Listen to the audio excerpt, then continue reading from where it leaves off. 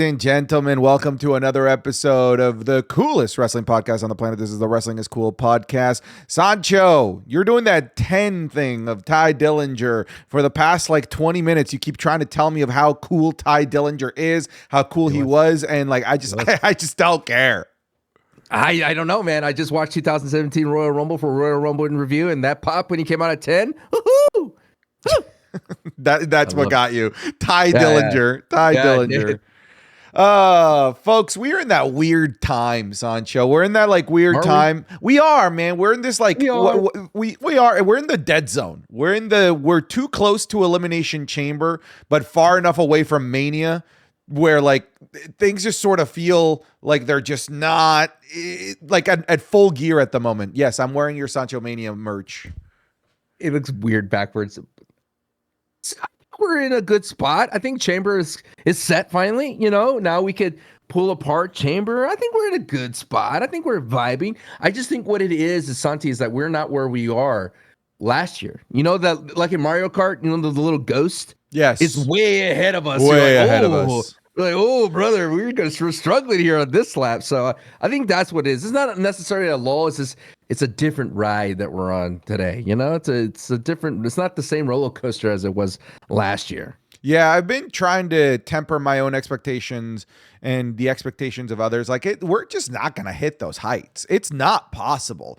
I can't reiterate when I say this. In the 20 plus years that I've been watching wrestling, that build up to Mania was the greatest build up to Mania of all time. That was one of the coolest times to watch pro wrestling transcending different mediums, going into the mainstream at levels I've never seen it before. I'm not expecting that out of this year's Mania. That's not to say though, all right, just because I don't think that this Mania build can come anywhere near as close as last year's, it doesn't mean I don't think that this year's Mania could be better. It's possible that once the dust settles of WrestleMania 41, that it could end up being better than WrestleMania 40. But in terms of the build, it's not going to come even close. It's not possible.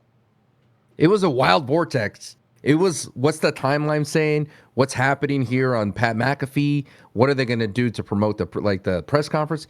It's a hard ride. I feel like SmackDown was must-watch TV at the time. The Rock would post something and we would go full steam ahead. But I think there's plenty in the tank. I think what it is, I think you're just a little melancholy, dude. You got a little partly cloudy in your side. I seen your Taker Mania. You're talking about very dark. Oh, yeah. they keep getting darker and darker, and more conversations about mortality and human lifespans.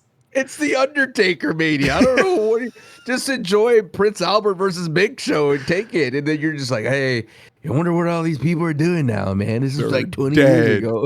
No, that is what I say, man. I've been getting so dark and melancholy during that Undertaker watch along that we do on Patreon, of course, available exclusively on Patreon, alongside the Royal Rumble reviews, the Raw reviews, the SmackDown reviews, the Wrestling is Cool podcast 3 days earlier than everywhere else, the Wrestling is Cool Match Club voting and watch-alongs, and so much more over on patreon.com/SantiZap. $5 gets you every piece of content that we do, every little bit. It's not gatekeepifying different tiers or anything like that. $5 gets you hundreds and hundreds of hours worth of content on the Patreon.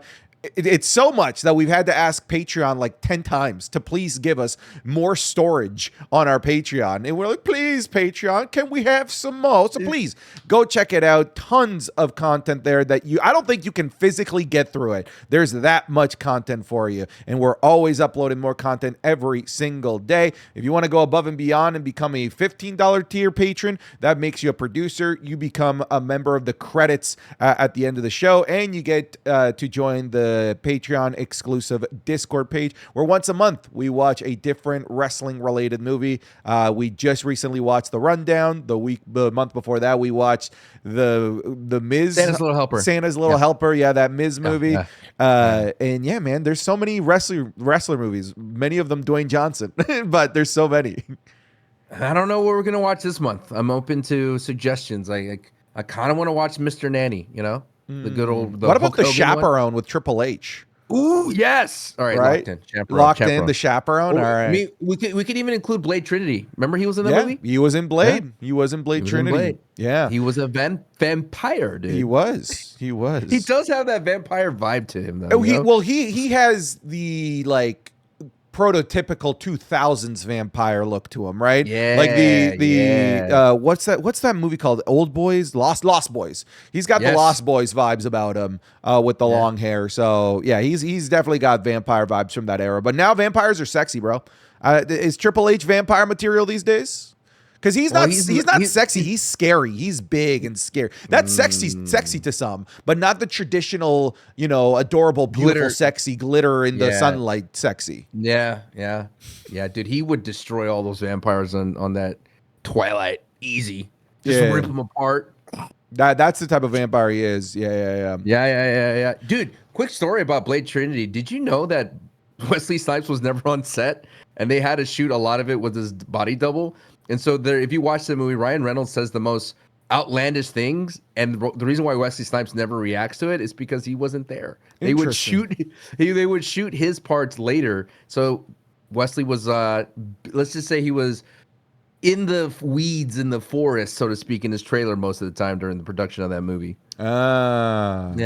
All right. Yeah, it's cool to see Triple H, and he tried for a bit to go the Hollywood route, it was not his world. His world was to become the leader of the WWE, whether he wanted to or not. But yeah, let's talk about what we've been watching here in this lead up to Elimination Chamber, because there's quite a bit. We could get started off here with Tiffany Stratton and Charlotte Flair. Charlotte Flair officially picking Tiffany Stratton as her opponent for WrestleMania. Can I be critical of this for a second? Is this a safe place? Always, sir. Okay. Step up to the plates. I feel like Tiffy versus Charlotte is a fine choice. It's a good choice, right? I don't think that they could have gone wrong. Tiffy versus Charlotte or Charlotte versus Rhea, I would have been happy with either choice. What I didn't like was when Charlotte picked Tiffy, because the previous week we had Charlotte basically telling Tiffy that she's not good enough or worthy enough to be chosen by her. Not inspired. And told her to get down on your hands and knees and beg for me to choose you. So what I was thinking was going to happen was that Tiffy was going to have to go on some winning streak, impress Charlotte to the point where Charlotte goes out there and says, all right, I'm picking you as my opponent for WrestleMania. And I found it a little bit odd that she picked Tiffany Stratton after a disqualification finish and after getting beaten down by Nia Jax and Candice LeRae. That seemed a little bit odd. If I can fantasy book where I thought things were going to go on SmackDown, when I saw Trish Stratus on the sidelines, I was like, ooh, are they finally going to pay off the little moment that Tiffany Stratton and Trish Stratus had at Money in the Bank in Toronto last year and do Tiffany Stratton versus Trish Stratus in Toronto at Elimination Chamber? And then Tiffany wins, and then Charlotte goes, yeah, now I'm inspired. Now you're worthy. Let's run this at WrestleMania. Because I feel like Tiffany does need, she needs to get built here. I don't feel like she's a fully specced out RPG character about to go into an Elden Ring boss that is Charlotte Flair. She just doesn't have the right specs, the right gear. If we're talking video game lingo here, she doesn't seem like she is ready for this moment. When you just kind of look at how unstoppable a Charlotte Flair feels, Tiffany at the moment with that disqualification victory doesn't feel like she's properly stepped up to the plate. Thoughts? I think one of the issues as well to add to what you're saying, which I do agree on, is that they are doing Gunther and Jey kind of sort of where it's Gunther forcing the hand a little bit in a sense of, I wanted Tiffany to be like, yeah, pick me. Like, you should pick me. I want her to step up to it. If she's a babyface in this feud and she is being allotted now that she's with Trish Stratus, like that's a face team there, why not have Tiffany Stratton be that fired up babyface? Is like, you should pick me for your legacy versus, I don't know. I feel like Jay and Tiffy are not looking too strong in this. If you want to mirror that in terms of Gunther and Jay and Tiffy and Charlotte, it's just too similar to me, right? I feel like Triple H struggles with baby faces a lot, whereas the only time he tries to get them over is like if they get beaten down or if they are very like, this is my dream to be a champion. And I kind of have a thing about it. It's like, I feel that it's just a sign of where your issues in this is that Triple H is built for baby faces. If it's not Cody Rhodes, it's not really that done really well. Either it's a oh my God, I wish Tiffany was looking stronger or spec'd out correctly, or it's, oh, they're just too OP like a Damian Priest. Bro, you're making a really good point here. He has like these like two complete polar opposites. He doesn't Mm. really build this like good in between baby face that isn't Yeah. overpowered, that isn't a complete loser. Yeah, I mean, I don't think that Tiffany's a complete loser. I feel like that's obviously a stretch, but it's odd for a disqualification finish and then that being the catalyst for Charlotte to say, yeah, you've inspired me, you're worthy enough to go to WrestleMania. I would have liked a little bit more of a chase from Tiffany to try and get this WrestleMania match from Charlotte. Yeah, that's what I mean. It just feels like it's a strange shortcut. What you're saying, like for that to happen, and I feel there's a little bit of disconnect, and I'm not trying to be all partly cloudy here and with the chance of meatballs about the entire build. Great movie. It really does feel that there is a lot of disconnect where the WWE sets up something and it doesn't pay it off. They set up this great idea, like you mentioned, of Charlotte looking for inspiration, even with the entire roster. Like maybe she does the same thing with Rhea and Julia, and then it just doesn't pay off. Like next week we forgot about it. The addendum for Cody and Kevin Owens wasn't pay off. Priest and Finn at SummerSlam wasn't paid off until later. So there's a little bit of a disconnect between what they set up and what they deliver, which is what they always set up is very clever to me and is very interesting. And then the payoff seems to be there. Like the idea of Finn Balor and Seth Rollins going into the last thing of the chamber. There's so much history between those two. And it was a great match, but I feel like it wasn't paid off for Finn, so to speak. Like Finn looked great, but story-wise still struggling. Mm-hmm. So in terms of finding a silver lining here with Tiffany Stratton versus Charlotte, aside from the fact that it's just going to be an objectively really good match, and I'll tie this to Jey Gunther as well, and maybe this is why they've announced both Royal Rumble winners who they're going to be going after so early, is that we have 2 months to now build this. We have we have 3 months basically for the build of Gunther versus Jey Uso, and now 2 months here for the build to Tiffany Stratton versus Charlotte Flair. So there's lots of time to move the needle per se, to get Tiffany Stratton to feel like more like an actual threat to Charlotte Flair, and same with Jey Uso. You know, it's interesting, Sancho. I feel like there was a really missed opportunity on Monday Night Raw to build the Jey Uso storyline. That great Gunther promo, by the way, when he was coming through the fans, absolutely genius. Gunther just keeps getting better every single week.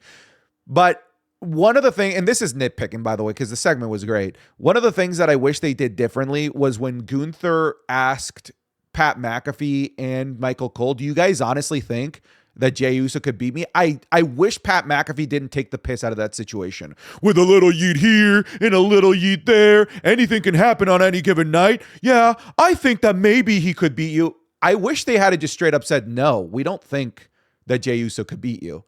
I really think that would have been impactful. That would have been a gut punch, because those are the two guys that are like yeeting every single time that Jey Uso comes out. They are like the visual roster manifestation of Jey Uso's fandom, right? Because they're the voices of WWE, and they're super, super behind Jey Uso. To have them here say that Jey Uso, they don't think that Jey Uso could beat Gunther, would have really, really stuck with me. And it really would have made that Jey Uso promo that he cut backstage, where he says that nobody believes in me, land way more. Because Cavi Kelly's like, yeah, it's lots of people in the roster saying that you can't beat Gunther. What do you think? And then Jay cut a really great emotional promo about that. I feel like 5 minutes before, we should have had Pat McAfee or Michael Cole say that they don't think that he could beat Gunther. Well, to piggyback on that again, I think that the WWE should ask themselves this question, Santi. They should try to find a way to do more storytelling through action, like you mentioned. And I think that I like that Jey promo was great, but I feel if they would have just put him in a match to make me believe there's doubt everywhere, right? Imagine if he had a match with Ludwig. Now, I know that he's no longer the kind of like the mini boss to Gunther or the stepping stone to Gunther. But what if the WWE, instead of having Jay cut that, oh, people don't trust me, and rather having Catherine Kelly tell us that the entire roster believes that he can't do it, why don't we put him in the ring to show that there's a lot of doubt with us, the fans, too? Like, what if he struggled against Kaiser, and we'd be like, I don't know, man. He's even struggling against Kaiser. What if he struggled against the Sheamus? Like, just somebody to show that Jay is not ready for this match and he has a way to go, so we could have the same thoughts and same feelings that you're getting invoked from that promo. But instead, I want to see it done through the ring. I think the WWE has that lack of action for that. Like, and I love Gunther Singh, and I think that goes back to what I said earlier about Triple H's booking with baby faces. The heels look so much cooler so many times in Triple H's era. Gunther, Drew McIntyre look so much cooler in the era. The only baby face that seems to look right is CM Punk. But what I mean is, why give Gunther that such cool thing, and Jay, all he does is just come out and splash, the brawl apart, splash. It's just like, I've seen that so many times with the babyface to make them look like they really, really hate the heel, and WWE needs to pull them apart with ref and producers and security, because like that's what Cody does in the babyface way to fire up. I don't know, man. I know there's time, and I like Jay, and I think Jay needs to definitely step up on the level, but I think the WWE is not giving Jay those opportunities to do so. Where's that Stone Cold era type of babyface move where he's driving a Zamboni? Like, mess with Gunther, man. Like, there's so many cool things you could do to make Gunther look so dumb and so oomfish that the WWE doesn't do with Jay. Like, I think Jay has that in him, but he's just being regulated to, let me get that pop of the night, get the ED entrance, which in person is probably amazing, and it's getting close to the levels of France and the United States a little bit. It's getting there. But I just feel like that's where there's that little bit of that lacking for Jey Uso, where it's not a Jay problem, it's a WWE kind of producing of Jay. Sure. I think that obviously we're only 3 weeks into Jay's Royal Rumble victory, but I'm going to say this. In the 3 weeks that they've been building this up for WrestleMania, the one that's breaking out to be a star from this is Gunther, not Jey Uso. Obviously, the end result will change things, but Gunther is really running with this. Like, really, really doing the best work of his career in terms of promos, in terms of just being the guy that was advertised before he turned into the little ring bitch, Shy Gunther. But do you, like, my question for you is, do you think it's Gunther coming up with these ideas? Because we don't know. I don't know. Scenes, it could be Gunther, like, you know what? Maybe I come from the crowd, and I pretend to eat.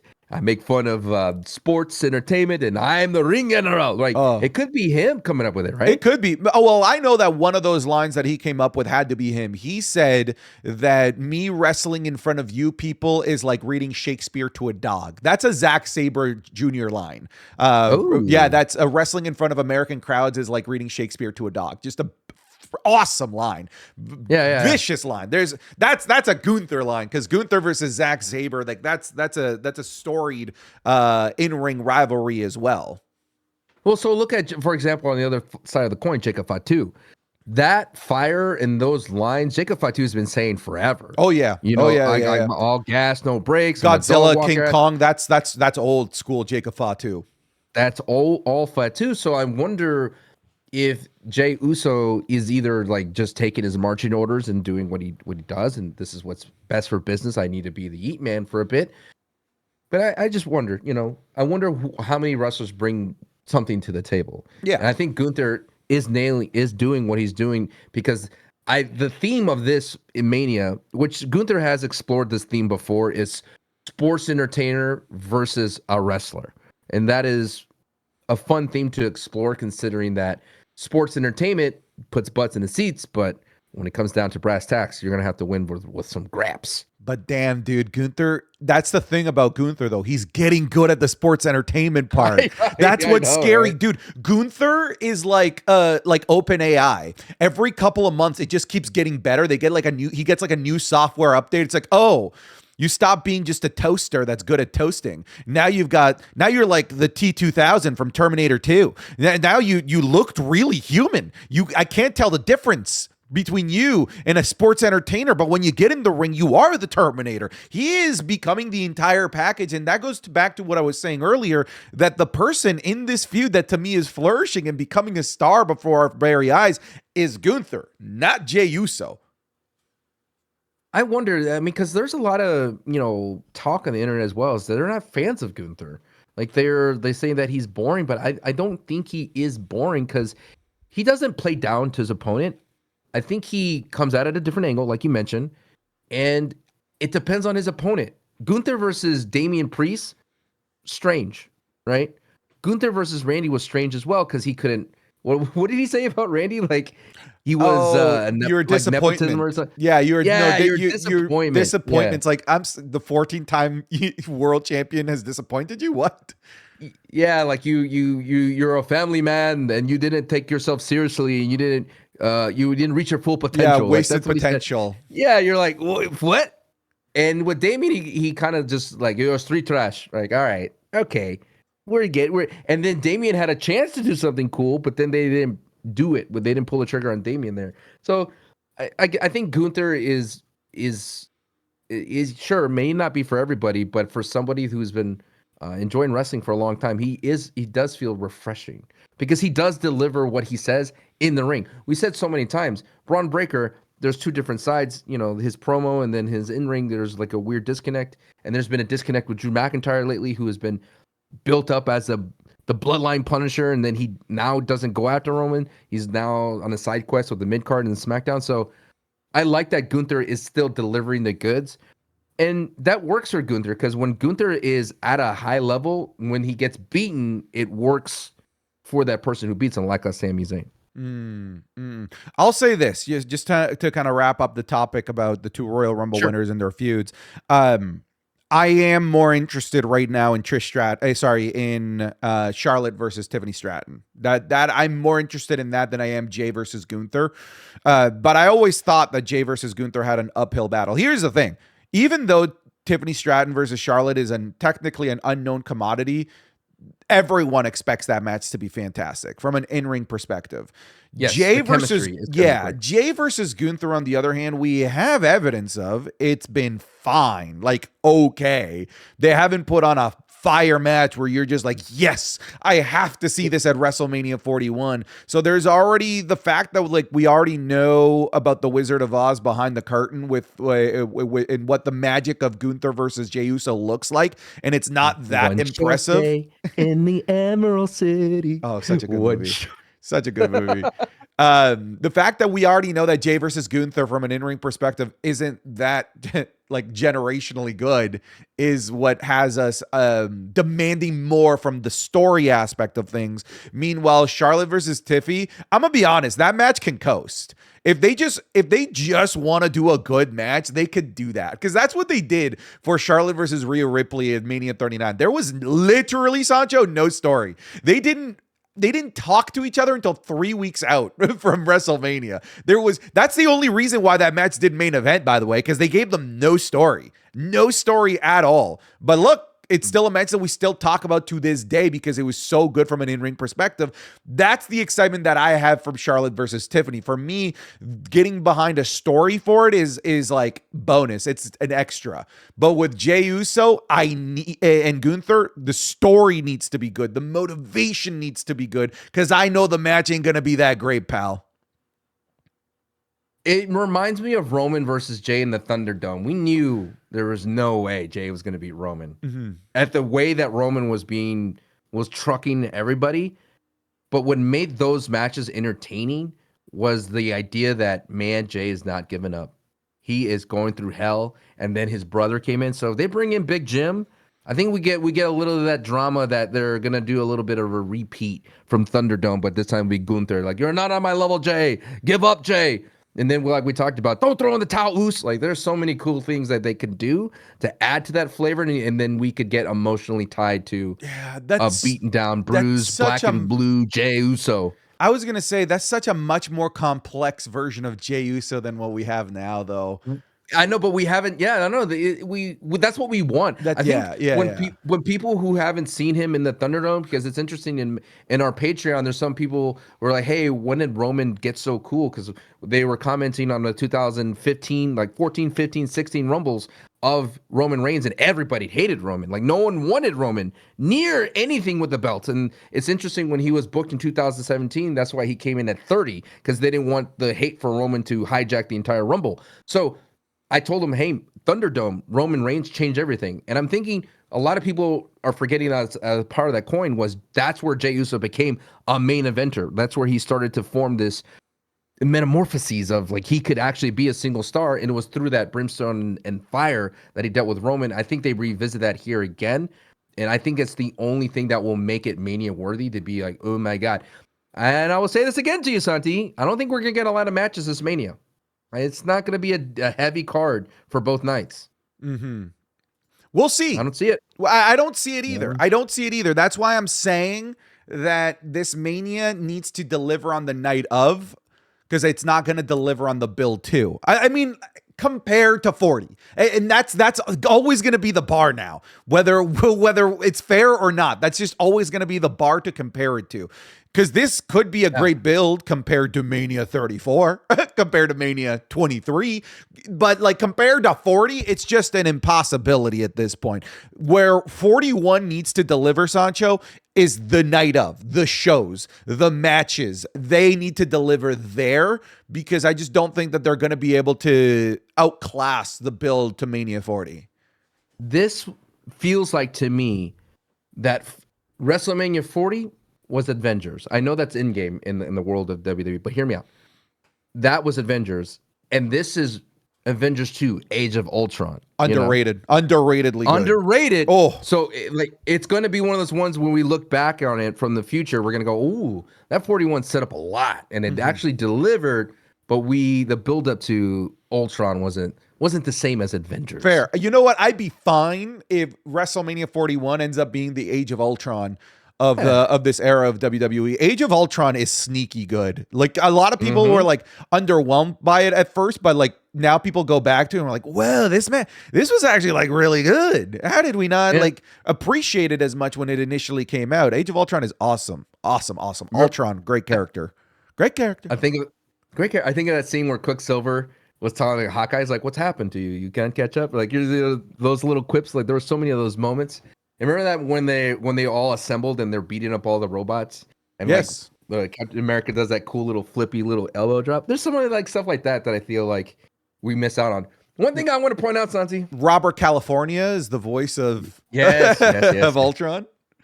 I have to call you out, brother. Okay, call me out. I'm gonna call you out, man. Do it. I'm gonna lay to you thick. It is quite interesting, isn't it? Interesting, Santi. Oh God, that here we you go. have Trish Stratus, a legendary in the women's division, by far, maybe arguably a GOAT, not claiming a spot at the women's chamber just because she is one of the best of all time and she's deserved it. Isn't it interesting, Santi, that didn't happen for Trish Stratus, who no one would blink an eye, who would say deservedly so in her hometown of Toronto, or her adopted hometown, who knows, of Toronto, should deserve a spot of the chamber to maybe have a chance to main event WrestleMania for one last ride. I'm just interesting. I don't know what's more interesting, or the fact that you're trying to put Trish Stratus on the same pantheon as John Cena. That's fascinating to me. That you're even doing that. It's fascinating. Thank you, Trish. Hello, thank you, Trish. Genuinely fascinating that you even have the gall to even do that. Wild comparison, my friend. Wild comparison. But here's the thing. Here's where you shoot your of the women's division. Is she not the GOAT of the women's division? Here's where you shoot your not anymore. Here's where you shoot yourself in the foot, brother. If they were to do Trish Stratus is automatically in the chamber, everyone would be fine with it, just like everyone is fine with Cena doing it. Like you are trying to come. Everyone.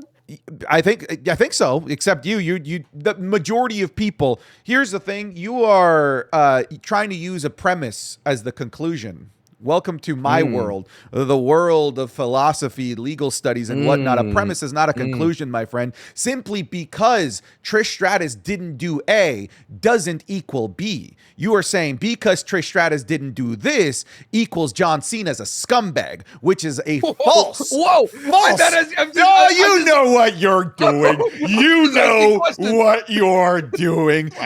Stop treading the line and just come out. You John Cena hating absolute scumbag. Absolute. Ooh. That could be the new brain rot. Anytime we say absolute, we just do the JoJo pose. Oh. Dude, not gonna lie, that was kind of hot. Thank you. Look, if Trish Stratus were to be automatically inserted into the chamber, it would receive the same reaction as Cena, which is like, okay, yeah, that makes sense. So that's why your premise equaling a conclusion is just emphatically wrong. I do declare, and the defense rests its case, Your Honor. Listen here, I'm just a man asking questions, like good old, I'm at the feet of you, Socrates. I'm just asking questions, Stupid questions. There's no such thing as a stupid question. No, there is, because you just made one. You found the way. No. Congratulations, you are the first man to ever ask a stupid question. Well done, Sancho. Well done. I'll take it, brother. I'll take it. It's interesting though that one thing that is kind of forgotten from that John Cena Royal Rumble promo after 2025 was he said, "My opponents will slander me." Because he knew what he would get the backlash that him claiming a spot. And I'm wishing that the WWE leaned into that more. They're kind of eluding it, CM Punk kind of brought it up and he's like, ooh, what? Someone go after John. I think Punk's the only one that's got the balls to do it. That's what I'm saying. What it feels like, right? Really do it, dude. Go after him. He's kind of doing it in a very interesting way. But let's talk about, if you're down, the women's chamber. You want to talk about the chamber matches now that they're kind of set? Sure, yeah, we can talk a little bit about the chamber matches. So the women's and the men's chambers are set, right? Like the roster is set for the women. I'm sorry, I don't have it in front of me, so it's just kind of off the top of my head here. We have Roxanne Perez versus Bianca versus Naomi, Liv Morgan, Bailey, and help me out here. Who am I missing? Alexa Bliss. So we have those six here. Okay, so it's a problem with the men's as well, right? So over on the men's, we have CM Punk, John Cena, Drew McIntyre, Seth Rollins, Damian Priest, and Logan Paul. The fact that both Rumble winners have already picked, we've talked about this last week, really narrows the field on who's going to win here. On the women's, I wish it was more broad and more vast, but it's between Liv and Bailey in terms of who makes sense. I would love it to be Bianca Belair, but it just doesn't seem like the stars are going to be able to align in time for this Mania to be Rhea Ripley versus Bianca Belair. No one doubts that's the women's WrestleMania match available. That's the women's WrestleMania match that people want to see. It's just that the overlooming story arc of Jade Cargill, which has now re-entered the conversation after having been just sort of on the sideline for so long, that's very clearly, in my opinion, going to be the Mania program for Jade Cargill in some way, shape, or form. And then when I look at Roxanne Perez, I feel like that'd be an interesting choice, but I feel like they're just going to Tiffany Stratton her, where she's going to have the great showing and then set her up for a great run afterwards. Then that leaves us with Naomi, which same thing with Bianca Belair. Alexa Bliss, that would be interesting, but even she's kind of got her own kind of ever-looming cloud of a storyline to play out with the Wyatt Six, and she's just so far removed of degrees of separation from Rhea Ripley that it almost doesn't even make sense for it to be her. And then there's Liv Morgan, who is like, in terms of degrees of separation, is basically entangled with Rhea Ripley at this point in their careers. And then there's Bailey. Bailey's an interesting option, although an unpopular option. It's an interesting option because it puts Rhea Ripley in a situation where she beats or has matches, probably beats, 3 of the 4 horsewomen at subsequent triple back-to-back WrestleManias, which is a very fascinating story to tell if that's the route that they want to go. Of the new generation, the current face, dismantling the idols of the previous generation of women's wrestling. The revolution of the women's wrestling. That'd be like one of those weird downtown Hail Mary type of connections you have to make. That the WWE has to work really hard to do that. It'd be so much easier if Mercedes was in WWE. Then it could be like 3 down, Sasha. 1 more to go. You know what I mean? But because she's not there, we can't get the 4th. And then we have to bring Becky back for the build to help that one out, like to bring that up all together. I think one of the things I've kind of tweeted out recently during I think it was Monday Night Raw, I said, what if this, Santi, is this a safe place, sir? It's only a safe place for me. It's not a safe place for you, as we Clearly. dude. The comments, anytime you say it's a safe place, they just like, yeah, I put on my seatbelt and I'm ready to take this roller coaster of crap. Go ahead, Sancho. Take us on your feces roller coaster. It's like Goofy's Sky School. You ever rode that roller coaster in Disneyland? No. It is. It looks so like innocent, but is the most back-breaking roller coaster you ever ridden in your life. Dude, Sancho. So this is a nod to a different show that I do. I do a post show with Denise, and one of the comments said, they're like, it's so funny that Santi is so kind and willing to listen. Yes. And willing to listen to Denise's bad takes, where if Sancho says the same thing, he would rip his face off. I know. Hey, that's our dynamic. But you need a place to release. You know what I mean? And that's true. You are my release. Yes, I'm your release valve. Mm-hmm, yes. Mm-hmm. Let's really say release valve. Okay. No, you are my release. No. You are my one and true pride and joy. My release. No. You allow me to release, Sancho, in so many ways. Great. 2 hours a week. I just come here and just release. You're making my face red. All over the place. You eat there, you eat here. A little bit of release here, a little bit of release there. So, here's my idea. Tell me. We are in this dilemma because the WWE has created this thing where Royal Rumble and Chamber go to Mania, right? They main evented. Now, what happens going into the Chamber is, like you mentioned, the problem is, hey, we already know this person's not going to win. This person can't win because they can't face Cody, and this person's not going to win because they can't face Rhea. What if the stipulation is the Royal Rumble winner and the Chamber winner in a Monday Night Raw or whatever, they have a one-on-one to determine who picks first.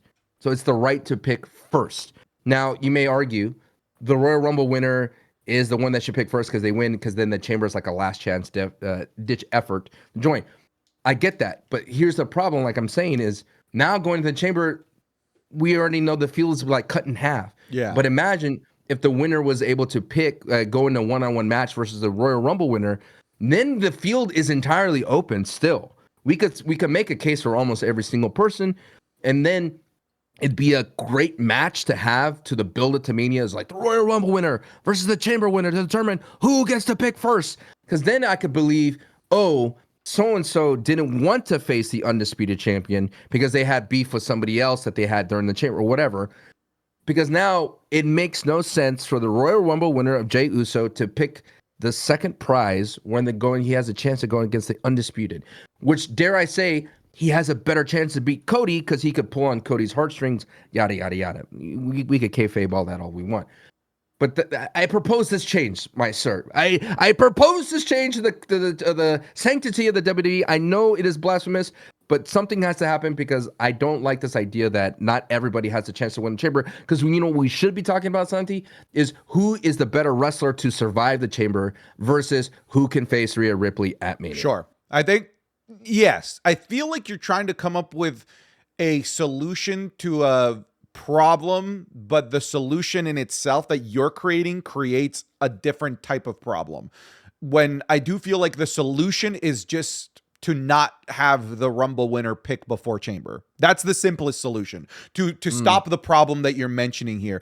I love the idea of like this epic mega match between Rumble winner and Chamber winner, but then you are kind of creating Challenger A and Challenger B. Whoever loses is just going to have less aura going into WrestleMania unless there's shenanigans, right? Like the champion A doesn't want to face this dude, so he forces him, it causes him to lose or whatever. But like you can do shenanigans, but then all of a sudden we're thinking of a very convoluted mess right there. The simplest solution to the big problem that you have, because I feel like we need to talk about the solution here, is just don't have the Rumble winner pick yet, right? If we didn't know who Jey was picking yet, then everything's fair game. If we didn't know who Charlotte was picking yet, everyone's up for grabs.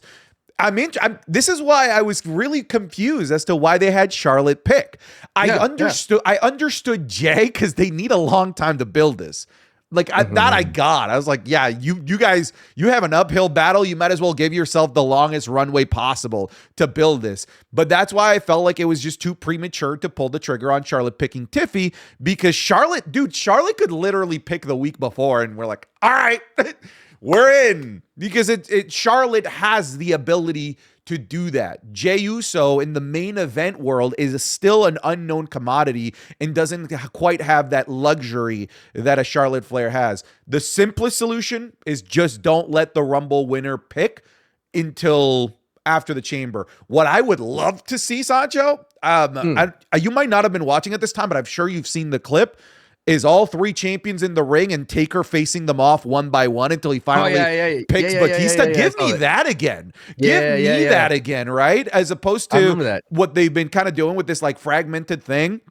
Do that. Like this is the episode of Raw in front of a big market. Let's say it's Chicago, or during one of these European shows where the men's Rumble winner is going to pick, and then an episode of SmackDown where the women's Rumble picks and all champions are there. I would love that, but do it after Chamber, because you're right. So it creates this. We know who the Rumble winner is picking, it really narrows the field. Hey, I remember that moment because Undertaker goes this. He's like, June, and he looks at Batista and he goes, ooh, back to Batista. And everybody goes, because it's cool, because it allows the champion to puff their chest too. Like, all right, you want me? Let's go. Like that. And you know what? That like really that's cool. such an. I know it didn't end up working well because, the mind of Vince McMahon just didn't allow it to work well. But that put over the ECW championship, just being in that conversation. This, bringing that back, puts over the NXT championship. Many people are saying this is a third brand at this point after, the great shows that they've been putting on. The fact that we now have LFG and Evolve as a more very clear-cut definition of what developmental is compared to the insane, clearly not developmental talent that NXT has. Like, they just have generational talent down there, bro. They have to do their best to hold on to that talent too. Like, I know a lot of people go like, well, how is WWE signing these AEW people? The same could be for these the developmental and WID and LFG. The WWE is essentially giving a lot of people, which is great still, a platform to display their talents. And then you could see Tony Khan going, oh, we could do something with this person if the WWE doesn't want them, or a TNA could do the same thing. So I'm excited to see what this farm system does. And I'm hoping that there is flexibility for those people who participate in the LFG or the WWE ID to go, I'm allowed to sign with somebody else. Like, I hope the WWE doesn't lock them into some weird contractual obligation that they get first refusal, which is a thing that they do in the industry in acting. But I hope it doesn't come down to it. But to come back to the Chamber, I hate to say this. It makes no sense, and I'm completely biased, and I'll admit to that, unlike John Cena fans. I want Roxanne Perez to win, baby. Give me that Laredo, Texas love. I'm from Laredo, Texas, brother. Born and raised in Laredo, Texas for like when I was a kid. But I absolutely love that Roxanne Laredo. I didn't know she was from Laredo, brother. I didn't watch NXT, but when I heard Lillian say Roseanne Perez and says from Laredo, Roseanne Perez. I'm like, yes. So I am unbiasedly, unbiased to say Roxanne. I hope she wins. I'm going to root for her. But I don't think it's an unpopular choice. Like, people were down for Roxanne to win that Rumble when it was her and Charlotte. So, like, if they put her in the right scenario, like, let's say the final two is Bayley versus Roxanne, I think that the Sky Dome in Toronto is going to be pulled for Roxanne. I really think so. I really think so. Cool. It's an odd choice, but why not? Sure, let's do it. Let's run it. Her versus Rhea Ripley, because Roxanne wins win or lose in that situation. You know what I mean? Like, there's no losing in a situation where you're in a quasi main event against Rhea freaking Ripley. I know, but that's such like that is like a Brock Lesnar, Sheamus path there of instantly being shoved into the main event. That's kind of crazy for an NXT talent to be there so soon. That is a tough hill to climb, and that's a hard. I don't know how flexible Rhea is as a promo Like Charlotte, you could see that you could kind of have good promos with. Like I see the flexibility there. But Rhea as a babyface just overpowers so That's many it. people. As a babyface, that's the problem. Yeah. She would just run her over. And I don't know, man. That would be that'd be a harder build for me to see if it was Roxanne. All the others, like we talked about, do have a slightly interesting, like a easier path. But if the WWE wanted to strap the rocket to Roxanne and give her one of those matches where like thinking Taker and Jeff Hardy, right? Like, Right. oh, you're a really close kid. Maybe next time. I think that would be an interesting selection. It'd be a bold choice. Let's say that. I think it'd be bolder than Jey versus Gunther. Yeah. Honestly, the whole "you were close" kid works better with Charlotte, though. Not like Rhea's still only 27. She's still really young, or 27, 28. She's young in this world. In terms of stature, too. Sure, like status, absolutely. They're not even close. They're not even close. Roxanne's so tiny. Yeah, like she'd be so tiny to begin. And it's interesting though. I don't know if the WWE made the right choice having going against Raquel. I think that was a strange qualifier. It feels like they wanted to have some shenanigans with Raquel. Clearly, they did with Bianca and Naomi, but I wasn't feel that was the best selection to display Roxanne's best stuff. You know, I agree. Weird. They could have done something. Yeah. They could have chosen somebody different. They could have. Honestly, I would have been fine if they went with like Maxine Dupree. Why not? Yeah. Like, hey, Maxine Dupree versus Roxanne Perez. Sure, why not? One of the women that's on the kind of on the lower end of the women's card versus a brand new rookie. Like in terms of status, we were just talking about that. They're kind of would be in the same boat, even though many people would obviously have Roxanne Perez significantly above Maxine. But anyways, by the way, Maxine's husband or boyfriend, I'm not sure if it's husband or boyfriend, is in LFG. Oh, really? Yeah. Which I thought was pretty cool. Anyways, can I riff on LFG real quick? Sure, go ahead. LFG. I want to like this show, but I don't like shows from the WWE where the reality base and they're like feel like they're work. You know? Mm-hmm. Like I know Bully Ray could be this kind of guy, and I know Bully Ray is probably putting on an act, which is funny to say as a wrestling fan, but it's still I wish it was more authentic.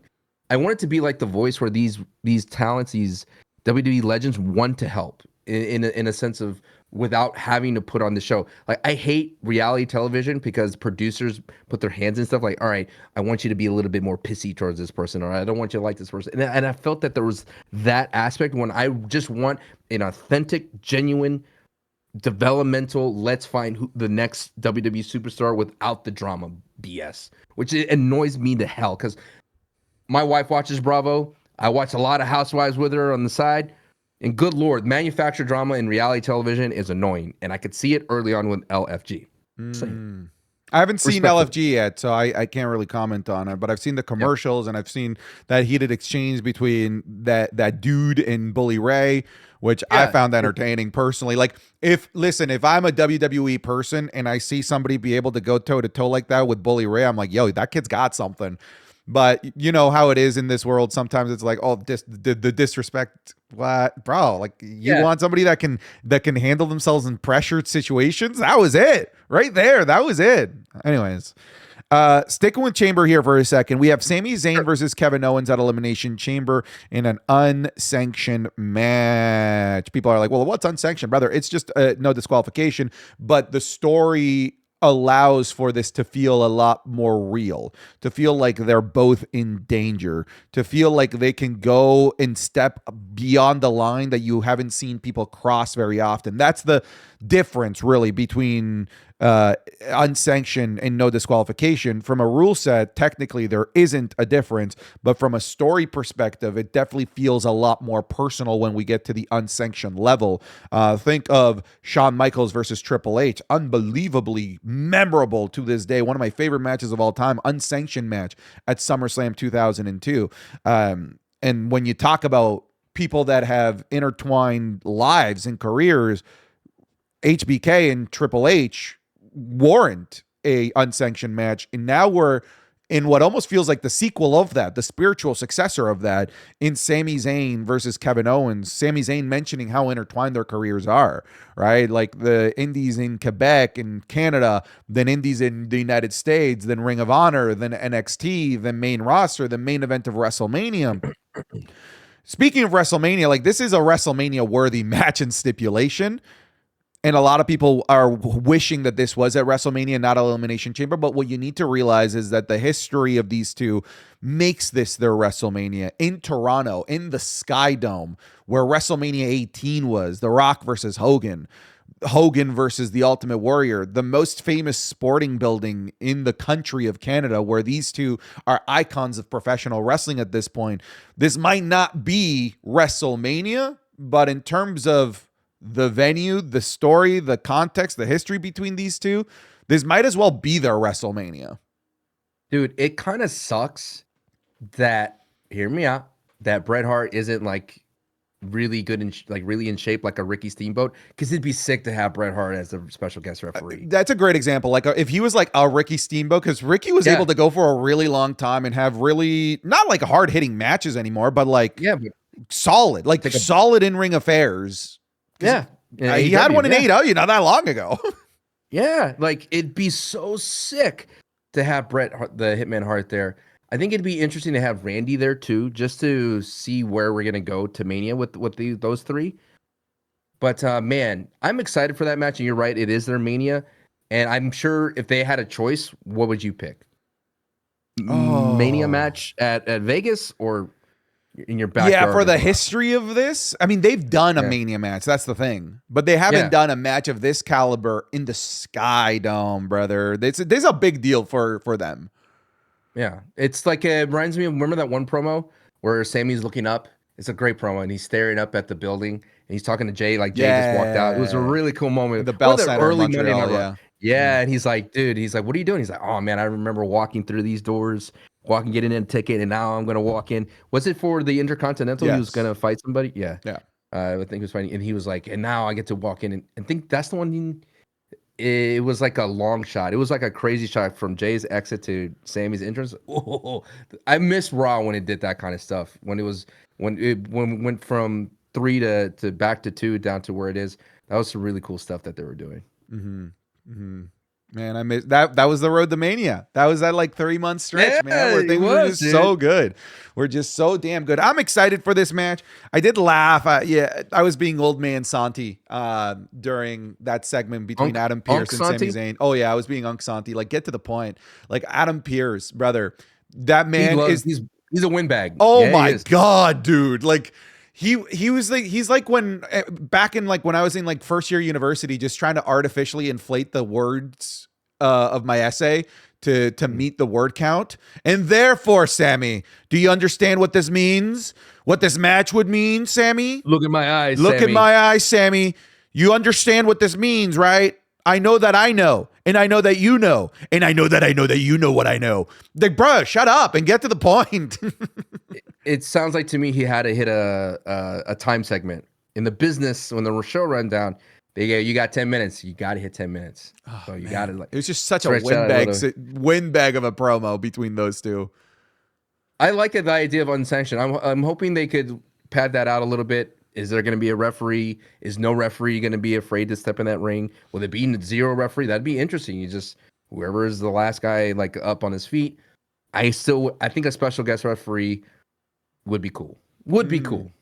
Who could be the special guest referee of that? It'd be Randy. Randy?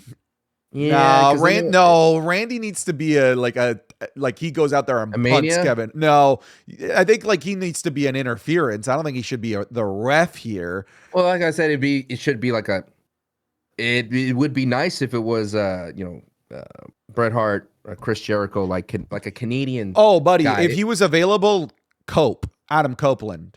Yeah, in Toronto, Edge would have been great. Edge would have been a great special guest referee there. Edge would have been cool. Well, what's Natalia's husband name again? Oh, Tyson Kidd. Tyson Kidd, yeah, that'd be Why interesting because he's still there. He's a Canadian, right? I don't think so. Wait, is Tyson Kidd Canadian? I think I've seen him wear maple leaf trunks before. Unless he was just rocking the Hart Foundation colors when match. Oh no, Is no, he no, you're Canadian? right. No, no, no, he is. Yeah, Yeah. yeah, Calgary. Yeah. It makes sense. Yeah. The dungeon is in Calgary.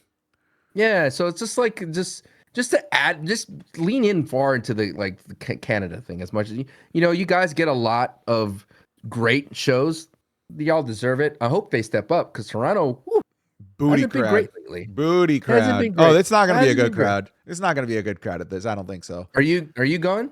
I still don't know yet. Like it's up in the air. Like if I go, it'll be something related to the sponsors that I work for on my Twitch and my YouTube channel. But like it's you've worked in this world before. You know how last minute these things can be. All the time. All the freaking time. So like it's going to come down to the wire as to whether I'm there or not. Because I might still be working with those sponsors, but it could be there. It could be while streaming. It's like still all being in the negotiation stages, and we're making this on the 16th or 18th. I'm blind now. The 18th of the month, so we don't have a lot of time to figure out whether or not I'm going to be at Elimination Chamber or not. But like, bro, if it keeps snowing like it's snowing here, I don't want to go to Elimination Chamber. Have you been seeing the pictures? We had a plane turn upside down in our airport with how crazy the snowstorms are here. It's scary, Sancho. I nearly tore my shoulder off the socket shoveling snow, brother.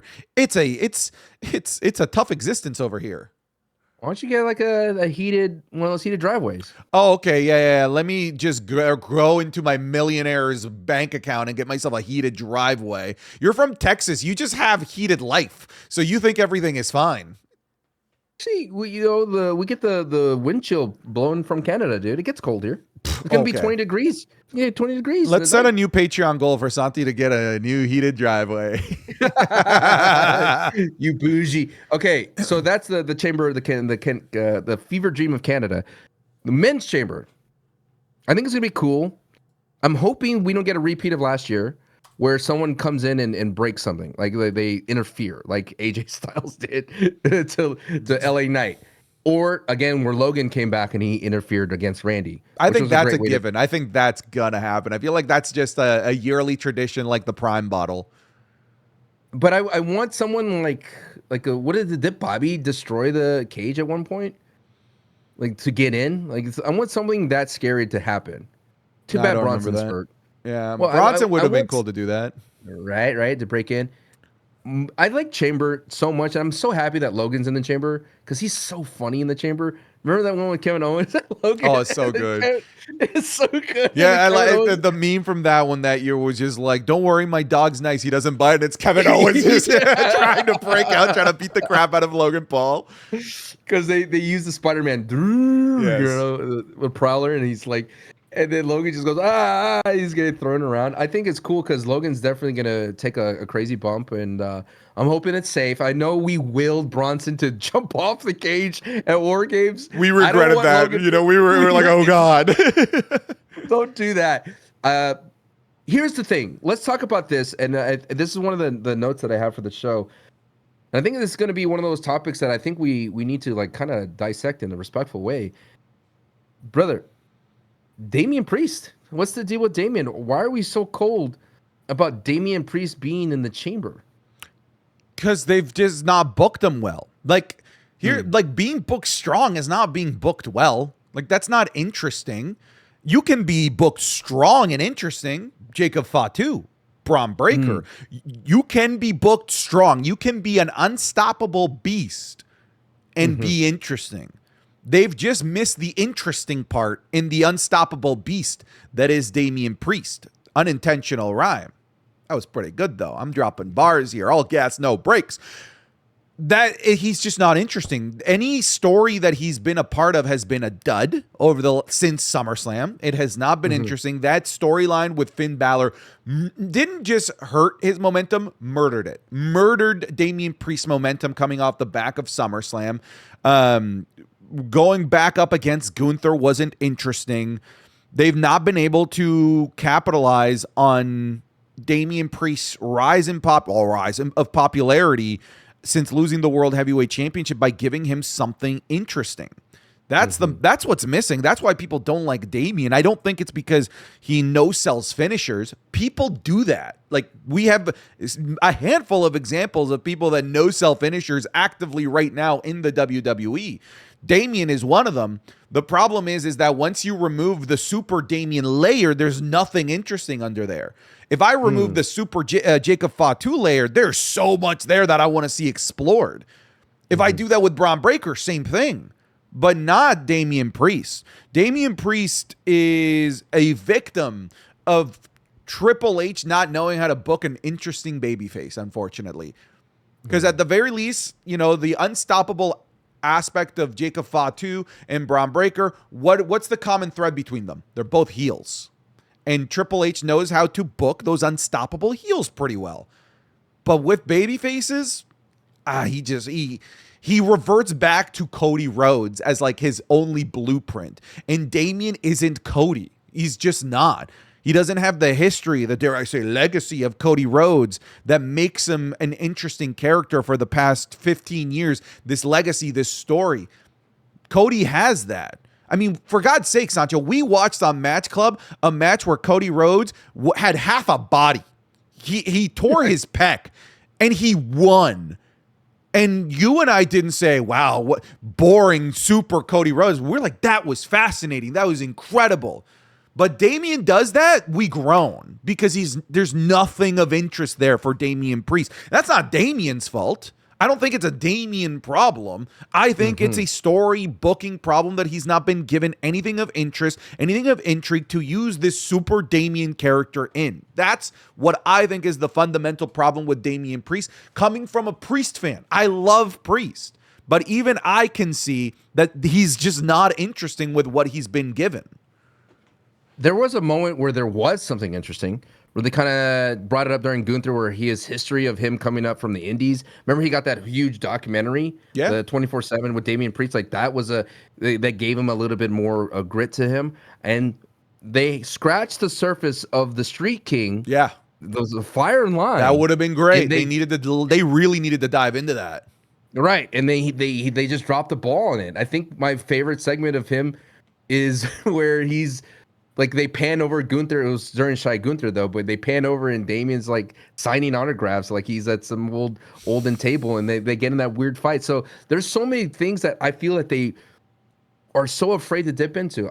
I mentioned during Judgment Day, Damian Priest, of him being the dad and him trying to run it as like, okay, there's really surface level things with Damian Priest. He just ends up being the wet blanket for all the shenanigans that Judgment Day is getting into, Carlito and Finn Balor and Dominic, that it's like, all right, what are you going to do that's interesting? And then they sideline him and they put him with the Terror Twins, and clearly he just all of a sudden becomes the backup singer to Rhea Ripley, and there's something there. And then when he, like you mentioned, goes to Finn, it falls flat. But they always were afraid to let him be his New Yorker, like in him. And when he does dip into that, it's his best work. And that's when, to me, he becomes interesting. But I don't know, this all rise, and I said this in my watch party, when Damian Priest talks like he's a badass wrestler and he's going to destroy you, not interesting. But when Damian speaks from his heart as a guy that has this grit like a Eddie Kingston, I'm more interested in that. That's, to me, the interesting.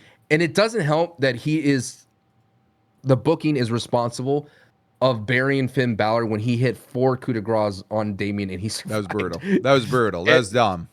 Dude, one of those coup de grace was to the back of the head. Back of the head. I know. And not only that, in that match, he fought off the entire Judgment Day completely. And then he ate the coup de grace.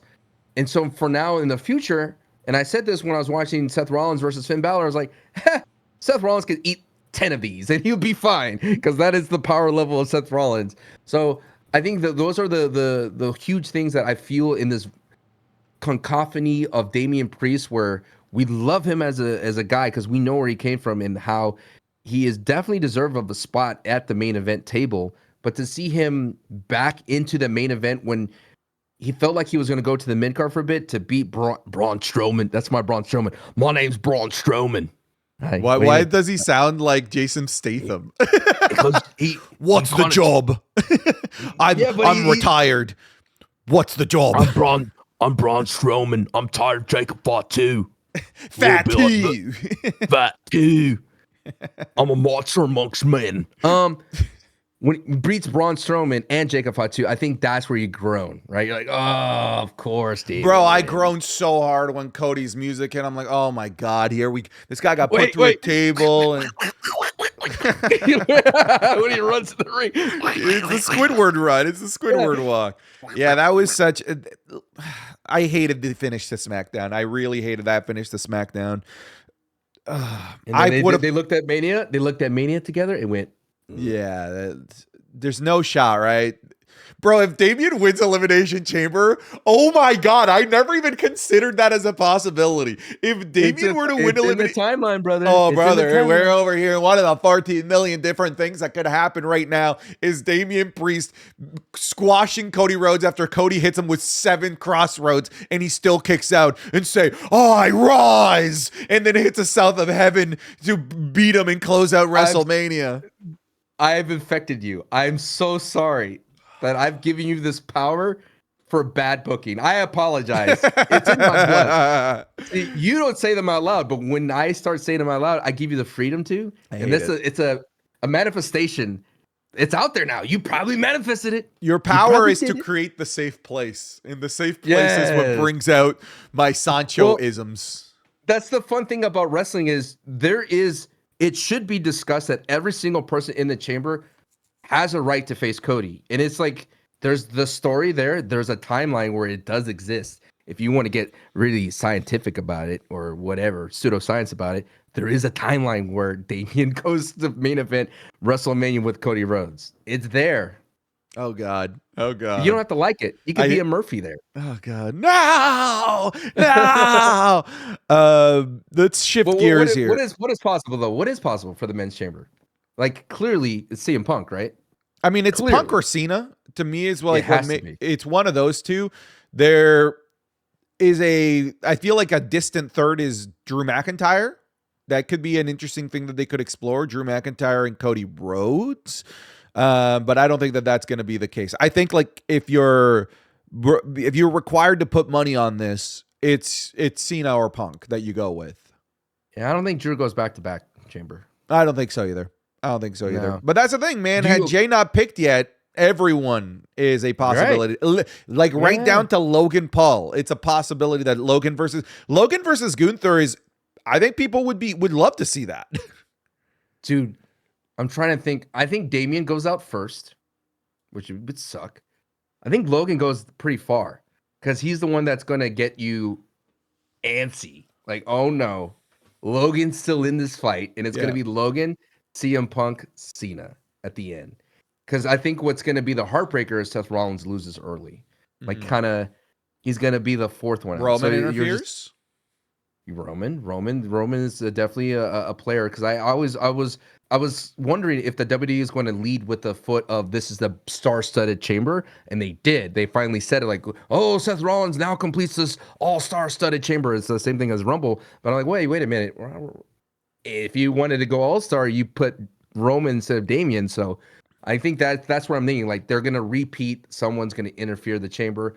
And there's going to be a screw job of Cena. I think that's the only thing that could kind of make CM Punk hated in a Cody Rhodes versus CM Punk is if he screwed over Cena to get himself into the main event by calling in that favor. Because right now, CM Punk versus Cody, we're going to all want CM Punk. We're all going to cheer CM Punk. But if you Jort loving self over there gets upset that it was screwed over Cena, you would hate CM Punk. So that's the play that the WWE could make. Don't call me a Jort-loving self. What? You just snuck that in there. You think I'm going to ignore that you called me a Jort lover? Jort lovers everywhere, brother. Sancho, you went to AEW. Tell us. I did.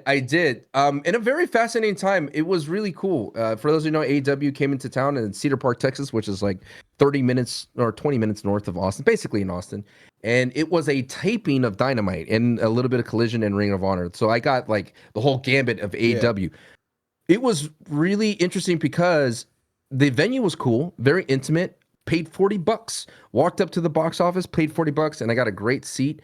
And it was on the facing hard cam. And what I really enjoyed about it is that it really did feel like pro wrestling in a sense where I'm not responsible to interact with the show. Like I don't have to yeet, or I don't have to do, I don't, you know what I mean? I don't have to do some callbacks. I could just sit there and enjoy pro wrestling for what it is. And the interesting disposition of styles from AEW and WWE is quite fascinating to see live. But at the ultimate end of the day, I really think people should go more to all levels of wrestling, even indie wrestling. And next week I'm going to go to an indie show because I got that bug of like, man, pro wrestling live is awesome because, and what I like about AEW is there's a variety of styles. They even had a CMLL wrestlers to close out the show, and it's like a trio luchador. And what I really liked about AEW is that I had the ability for $40 to see. I saw Chris Jericho, Adam Copeland or Edge. I saw Bobby Lashley, Shelton Benjamin. I saw John Moxley, MJF, Dustin Rhodes. All these legends and top tier talent in the pro wrestling world for $40. For $40, Santi. And then general parking, $15. Food, $20. Like I walked out of there for really, really dirt cheap, and I got high quality wrestling. And what's interesting is I tweeted it out. Picture of my seat, which I sent to you in Discord. I tweeted out the picture of my seat, and I put, "Wow, I'm here $40 to see some high quality pro wrestling. What a steal!" That's all I tweeted out. And the tribalism that I shook out of the timeline on Twitter was insane. Insane. Quality pro wrestling. Like all this kind of crazy stuff. And it blows my mind that people would rob themselves of pro wrestling of that level, world-class pro wrestling, dare I say, for $40. Do you understand, and I'm going to make a video essay about this on my YouTube, that the WWE is heading towards a timeline where regular people will not be able to afford a wrestling ticket. It is going to happen. It is happening before our eyes. World record-breaking Royal Rumbles, $17 million pulled in from the Royal Rumble 2025, and it's going to cost so much money for you just to go to a live show. It's insane. And I know that WWE is profitable and it's all-time popularity. It's a supply-demand thing. It is in high demand. And the thing about it, though, is if there is a product that I could go to for $40 and I could get some high-quality wrestling to see some of my favorite wrestlers of all time do their thing, I'm going to go. It doesn't matter what it is. I'm going to go. And I had a great time. Dude, Dustin Rhodes versus MJF, awesome. To see Goldust hit Shattered Dreams? Yes. Yes, brother. Like, that was cool. And not only that, they had, because it was in Texas, they had the Von Erichs come out. I was like, oh my God, dude, the Von Erichs. And they also had, because in Cedar Park, that's where Dustin Rhodes' school is, right? They had his nephews wrestle in the opening match. So I was literally watching Wyatt Rhodes and forgive me, the other Rhodes brother. And there was one Rhodes nephew that looks just like young Cody, like literally looks like Cody Rhodes. Wrestling has more than one royal family. Yeah, Dun dun. So no. So it was really cool to see all that level of wrestling in $140, and it was easy to get to, easy to get out of. The only thing to be critical about AEW is sometimes there's confusion in their tag team matches.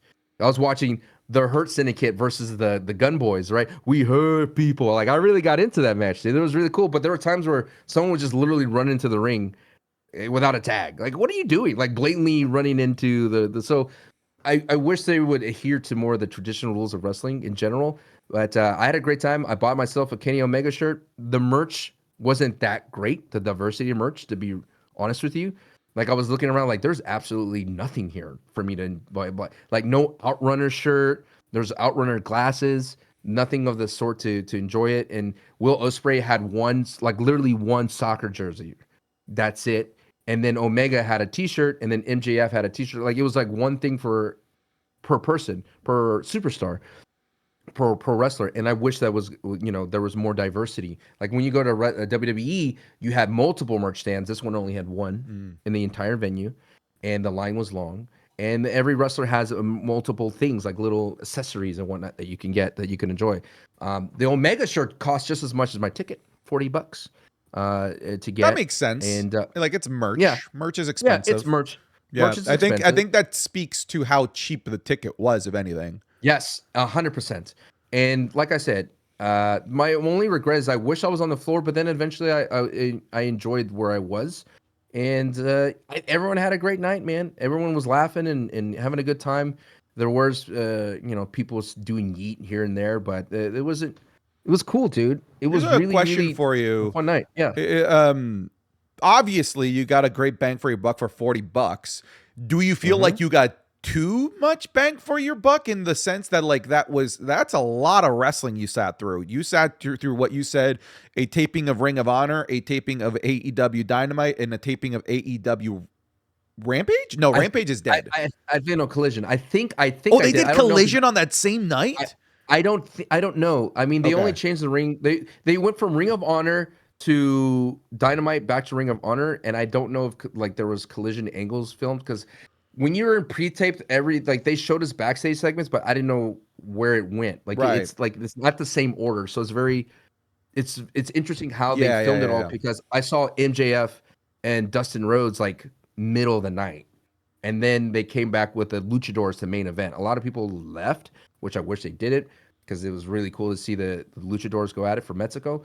But there was like I said, it was filmed in a different way and probably put back together in a different way. You probably I bet you got a bit of a wonky experience than what is usually sold, because they were doing AEW Grand Slam, which would be what Australia. Collision would be over in Australia, because Collision's on Saturdays. That thing aired on Saturday 2 a.m. and it was a really confusing thing, bro. I could not for the life of me figure out how to watch AEW Grand Slam in Canada. Everybody's like, it's on Max, bro. It's on Max. I don't have Max. Max is not a thing here. And then the channels that normally shows Dynamite wasn't having it at the time that it usually would be on. The channel that has Collision as well. I'm like, bro, it was like solving a Rubik's Cube, trying to figure out when and where to watch Grand Slam in Canada. I did eventually manage to watch it. Great show. People don't realize that I watch AEW like every single week. I just don't make content about AEW. I get asked this. I get asked this a lot. Like, why don't you make content about AEW? Why don't you make videos about AEW? Like, if you want me to like pull the curtain behind the business, it doesn't do well. Anytime I do a video or a stream about AEW, it is 1/10 of the numbers that I do. So as a business proprietor, I have to make decisions. What can I do with that time instead to help further what I do? And now on stream on Wednesdays, I game, and it's growing like crazy. And that's garnering a great audience for itself, more than AEW. So unfortunately, even though I watch it in my personal time, from the business perspective, I can't really justify covering AEW outside of Match Club, if I'm being honest with you. Well, to add to that, that's why I felt I wanted to go to AEW, because I had no content creating obligations. That's a great point. That is a great point. Yeah, I didn't have to do a vlog. I didn't have to do interviews. Just go full Dr. Octopus there, Sancho. Right. I didn't have to feel like I had to record my reactions to things. That's the reason why I didn't go to WWE when it came into town. They came into town twice during this past couple months, and I didn't go. And I feel like I didn't go because, one, the ticket prices are kind of high, and I couldn't justify my reasons for going to a main event for that ticket price. And I felt like my impact as a content creator would have been more suited at home, covering it the best as I. So there's a couple of things that led to that. And at the same time, dude, for $40, I could tell one day, dude, I saw MJF live wrestle, and he was good. He was on his game. He's hilarious, man. He's like he has command of that room. The only thing is, like, being greedy is I wish I saw Will Ospreay. It would have been nice. And I wish I saw Kenny Omega, because Kenny Omega, for the longest time, has been my favorite wrestler. And you tell me I would have got all that for $40. Really, really cool. But there's a lot of things as well that happened that I'm sure they cut out. There's this one part that was kind of funny. Edge, or Adam Cope, came out with a spike and he hit the belt, right? They have the briefcase. Yeah. What you didn't see is while he has a spike, he's like, yeah, he's walking backwards and he tripped on a pyro box and he fell. Oh, fuck. In the entryway. And then he's like, oh, and he looks around and everyone clearly saw it, because they obviously edited out, but he looks around the arena and we're all like staring at him, and he grabs the big spike thing and hits the pyro thing with it. Like he's mad at it. And I know that like the pyro guy looked at it, he's like, damn it. God damn it. Why'd you hit it? Because he clearly like you can't use it because it was like literally where the flames came out. But yeah, dude, it was nice, dude. And I saw a big Cass or a Big Bill in the learning tree and the Chris Jericho. So, dude, yeah, dude, like for $40, I got more than enough value out of it. And more importantly, I told myself like if I wanted to bring my son or my daughter or my wife, it would not have cost me an arm and a leg. Right. And so that's my whole video essay is going to be about is on my YouTube channel is that the WWE is heading towards like a Titanic glacier and they don't even know it. Like they're vibing out and they're doing really good but there's something to be said about going to see wrestling for $40 that I feel that we are missing out on with the WWE level. Bro, I've been curious looking at Elimination Chamber tickets in the event that I don't go on the dime of a sponsor, and they are brutally expensive, brother. Brutally expensive. That's just the life, man. Can I say this? Is this a safe place? Sure. Santi, I want you to just like open your eyes for a second here, Santi. I think if you close your eyes, your life will make your truth reveal. I have a question for you. Do you think the John Cena retirement tour could be a mistake for the WWE in 2025? Now, I ask you this with this idea. I know it's a great marketing ploy. It's fantastic. It's selling tickets. It's a world grand tour of John Cena. They're showboating him out like, come on by. It's the last time he's in X town. And I feel like we haven't seen the full boat of it yet. He's not even around yet because he's still filming. But once after Chamber, I think we're going to be John Cena a whole. Yeah, we're at 2 of the 37 appearances. Right.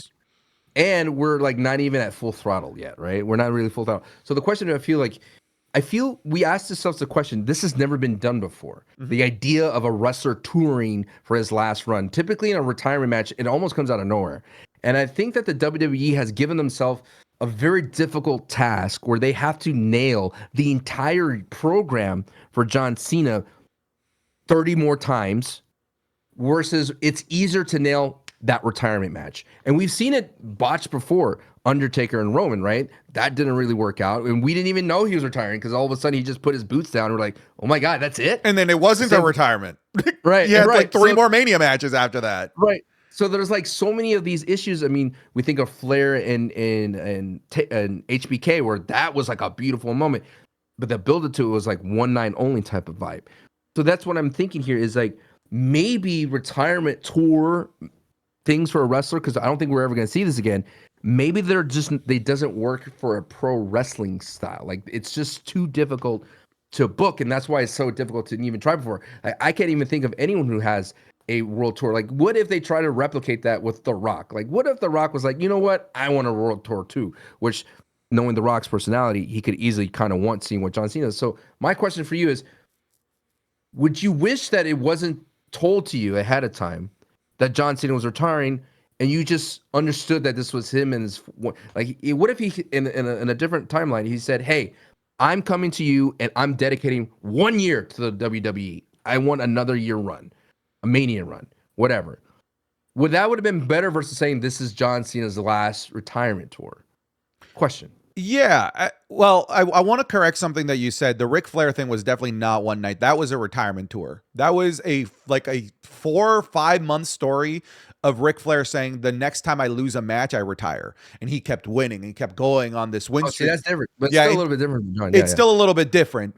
Until he finally ran into Shawn Michaels, lost there, big moment, big send off, and then he ruined it by coming back like 18 million different times, right? That's the thing is I do feel like there is a bit of a blueprint with what they did with Ric Flair for it to be really good, really emotional. The difference is that Ric Flair was there every single week, unlike John Cena. This is very different. We're in uncharted territory. The other thing that makes this different is that I believe Cena. I never believed Ric Flair. No one ever believed Ric Flair when he was saying that was his last match. People just figured that guy's going to go to TNA, have a match. Yeah, he did. Went over and had some bloody matches over there. And I'm not saying bloody matches. No, I mean like just leaving blood all over the place. Had yet another retirement match in a PLE, a pay-per-view designated entirely to him having his retirement match. And I still think he's probably going to have another one. The difference is that I believe Cena when he says, I am done. I don't think that there's anyone that doesn't believe him. I know in the world of wrestling, you say never say never. If they manage to bring Shawn Michaels out of retirement, why can't they bring Cena out of retirement? They're in different worlds. Shawn Michaels never left the world of wrestling. He was always 1 foot in some way, shape, or form. Cena has the privilege to go full 2 feet out of wrestling after this if he wants to. I believe when Cena says this is his last tour, his last dance, his last rodeo. You're asking me to grade whether something is a mistake, but we're still living in the world of the hypothetical.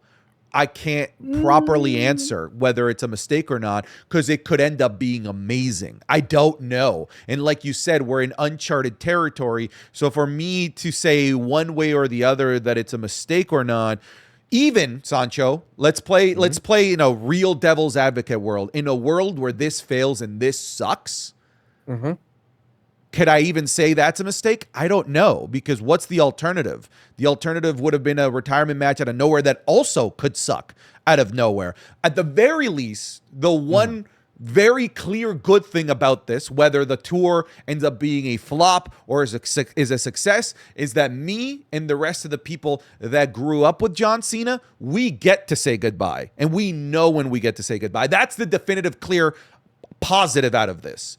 Because you're an Austin fan. You never got to say goodbye. You never got to say goodbye. He just stopped wrestling after WrestleMania 19. You never got your moment with your hero. No one ever knew when the last moment was for Hogan because he just kept coming back. And it was this never-ending cycle of never actually getting to get your moment of peace to say goodbye to Hulkamania, to the point where he kept coming back and ruined the Hulkamania legacy for himself. We, John Cena fans, even if the matches are duds, if the stories are bad, I get to say that I got to say goodbye to the guy that made me fall in love with wrestling, and so will millions of wrestling fans. That is the as clear-cut benefit of this. That's the one thing that I think is a factual thing. The rest of everything that we're trying to give a grade or a review to, we're still talking entirely hypothetical. I hope that made sense, because that was a bit of an Adam Pearce yap session. No. I'm glad we got to the core of it. And that's why I posed the question, because I'm not hating on John Cena in a retirement tour and things like that. Absolute hater. Yes, you are. It's a fascinating idea that WWE's presenting. And I think it's important for us fans to realize what is the most important thing of this entire retirement tour. Is it John winning? Is it John having the best promo? Is it John having a 5-star match? Is it John becoming a champion? No. At its core, it's John Cena. We get to say goodbye to John Cena. That's it. That's the beauty of this. That's what we should latch on to as hard as possible, is that it is John, him going out his way, and John wanting to do it this way for his fans. My concern is we already talked about Triple H's weird, strange struggle with booking baby faces, right? And I'm thinking this might work because John Cena's involved in it. And I think John Cena is going to give you a different way of a babyface that we haven't seen before, because this is a aging legendary wrestler on the way out the door who is trying to recapture glory, who has put his foot in the he's put his flag in the sand and said, I'm going to be the 18th champion because it's best for business. That to me is an interesting tale to me. What I'm hoping that doesn't happen is that it falls into line with either you're beaten to oblivion, Jey Uso, or you're Superman Damian Priest. The only difference between all that is that it's John Cena, who has the capabilities to bring ideas to the table that will at least be different and interesting. Yeah. That I feel like this retirement tour, it feels like a John Cena. It's one of those things that John Cena wants to do that he's been doing in social media. He's just going to present it in a black and white way, and it's your job to interpret what he's doing. Like his Instagram. Now, there was only one. To be honest, there's only one way to interpret Drake the Snake Roberts, that post that he made. There's only one way. Is that one for interpretation, Sancho? What is your interpretation of Drake the Snake Roberts? Oh, boy. This is from the timeline of John Cena. Ooh. Many times patience is the most important ingredient for productivity. Woo. Beautiful. Beautifully said. Hey, you know what? John Cena retiring, that kind of marks the end of an era. But what's fascinating is that over the last week, We've had kind of the start of a new era. We've had Jordan Grace officially join NXT at the end of NXT Vengeance Day. We don't know if his name is Ricky Starks as of the making of this video. NXT will air in a few hours. But we have the Absolute, the Revolution being aired on TV. Ricky Starks on NXT. We have a new combination of Nexus, Shield, and Retribution, as I'm so lovingly calling Nextribution, debuting on NXT. Nextribution. I'm going to make that a thing like Rakizel. Nextribution. Buy your stocks now because this thing is about to take off. Nextribution. You could say the Retribution Shield. Retribution. Nextribution. Oh, God. Nexus, Retribution, Shield. Nextribution. I could hear your brain melting, and it's infecting people. Yeah. You know? Good. It's like a toxin gas. So one of the things that let me yap here for a second. Ricky Starks was a fascinating decision. They didn't need to do that, bro. That seemed like a flex. They did not need Ricky Starks at this moment. They did not need Ricky Starks to debut and show up the week before Vengeance Day. If it was at Vengeance Day, after Vengeance Day, closer to Stand and Deliver, they got a Madison Square Garden show coming up. They had so many places where it made sense for Ricky Starks to debut, and they picked the one where it didn't make sense. But it was awesome because it was 20 minutes after he became a free agent. To me, that was just a statement. Like, we got him. Here he is. See you later. Because they didn't need to do that. That was cool. Obviously, Jordan Grace officially joining NXT. This is cool. What I wanted to say here real quick is Vengeance Day every year is a really good PLE. And what's funny is that every year it feels like a filler PLE. And I hope you kind of maybe connect the dots as to where I'm going. This was a filler PLE. If you look at the main events, Julia was never going to lose in that fatal four-way. Like, Julia's taking that thing to Stand and Deliver. Obafemi wasn't going to lose to Austin Theory and Grayson Waller. There was a mid-card title change. That was pretty cool. There was some good mid-card matches in there. There was a tag team match where no one expected the tag team champions to lose, but it was a great matchup and a great showcase of what Noah has. Buddy, Vengeance Day is what Saturday night's main event is supposed to be. If you're going to not move the needle all the way, move it some and give us a good wrestling show along the way. What I got out of Vengeance Day, I'm like, bro, this is what I want Saturday night's main event to be. Sure, I knew Oba was winning, but how cool was it to have those four youngsters to debut and take out Oba? That's cool. That's a needle mover. Sure, Julia, I was expecting her to win, but then you have Jordan Grace come out as like the potential next new challenger, the new reveal there. Mid-card championship change hands. That's a perfect type of show for a mid-card championship to change hands. Great in-ring action. This is what Saturday night's main event is supposed to invoke, in my opinion. This is what I want Saturday night's main event to be. Vengeance Day was a great show without fundamentally changing the ground that NXT is on. Just a great show that made you tune in to the next episode of NXT, and a great show to where if you missed it, the next episode of NXT isn't going to be as good for you. Well, yeah, but the thing about it is that NXT is the hardcore of the hardcore. So we get run-ins and things like that and debuts and who's that Jordan Grace. And I think we already talked about it till there's no meat on the bone. The main event is just for the super casual fans who are just flying by for a bit. Clearly, very clearly. I'm not saying that this is what it should become. I'm saying that's what I thought it was going to be, what I wanted it to be. Yeah, when you saw it on paper, you're like, ooh, this is what I want. Yeah, dude. Yeah. Okay. So I like everything that NXT is doing, and I think they're becoming the place to be for women's wrestling. I still wish Jordan Grace was on the main roster because the mid card just needs so much help. And I don't listen, I love Lyra and I like Dakota Kai, but to redo it again just the same way as they did Meechin and Chelsea Green, problematic. It's just, I don't know why they could have just say, didn't work with Chelsea and Meechin. Why are we doing it down here in the IC? I would have loved to have Ivy. Was it Ivy Knight? I wanted Ivy because Ivy just feels such like a different style of wrestling that we want more of. I want more of because that's what Jordan Grace is presenting to the table as too. And I want more of that power, strong style that not a, like Dana Brooke was trying to be that, but I think Dana Brooke did not have the charisma that she needed to be.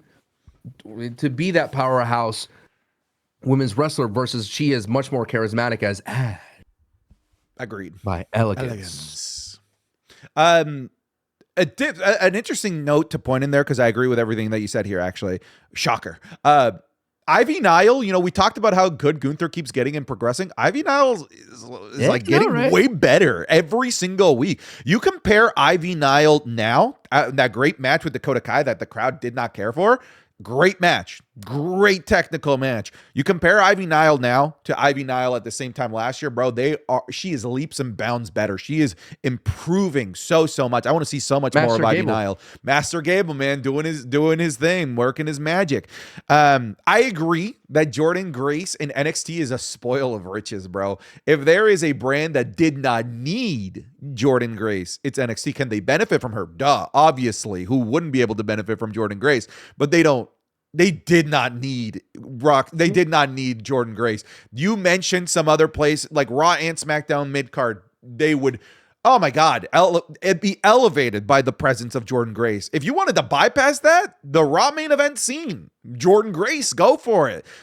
Those are all places where Jordynne Grace was so much more sorely needed than NXT, in my opinion. Because the NXT women's division, brother, oh my God, is it stacked? Here's what they should have done. Hear me out. Strap on that aluminum tinfoil hat. Here's how you did. Look, this is how they should have done. PFC, unceremoniously, goodbye, right? Cut, sucked, or Sonya Deville, and PFC fell apart. What they should have done is put Bianca, Naomi in a little tiff with PFC, which they've had before. And who do they need to be the third member to come in to help out Bianca and Naomi? Jordynne Grace, baby. That would have been a great way. And then you have that little moment of Rumble kind of pad out a little bit more of Bianca pulling Jordynne Grace's hair. You never do that. Mm-hmm. Yeah. I mean, here's the thing. What's done is done. It's going to be great on NXT. It's just spoil of riches. Here we go. A awesome moment of that match, hypothetically, would have been Zoe Starks doing the missile drop kick, hitting Jordynne Grace in the chest, and Jordynne Grace doesn't know. Bro, if she no-sells that just as a brick wall, that would have been crazy. That actually would be sick. That would be sick. Dude. But man, NXT is just making waves. Obviously, like in the ether, there's still a possibility that they could bring on a Josh Alexander. It was reported that he was bound for AEW. That's no longer the report. The report is that negotiations are taking place across various organizations. We have MLW up north. We have, of course, Miro and Aleister Black potentially looming with a WWE return. Who knows? Maybe that's NXT. Maybe that's the main roster. But there's just NXT is hot right now, dude. NXT is hot right now, and it's so cool as somebody that never let go of his NXT stocks. I get to be that smark, right? I was there for black and gold, and yes, it was tough during the depression of NXT 2.0. You could hardly find a loaf of bread to be able to eat. It was tough sledding there, Sancho, but then we really pulled ourselves by the bootstraps, and we tried to make change happen with NXT, and here we are today as the best brand of professional wrestling. But kids today, they'll never fully understand. Dog, as an actor, I am dying right now. Because of how good that was? No. An Oscar-worthy performance? No. What's your opinion on that, on what I just did?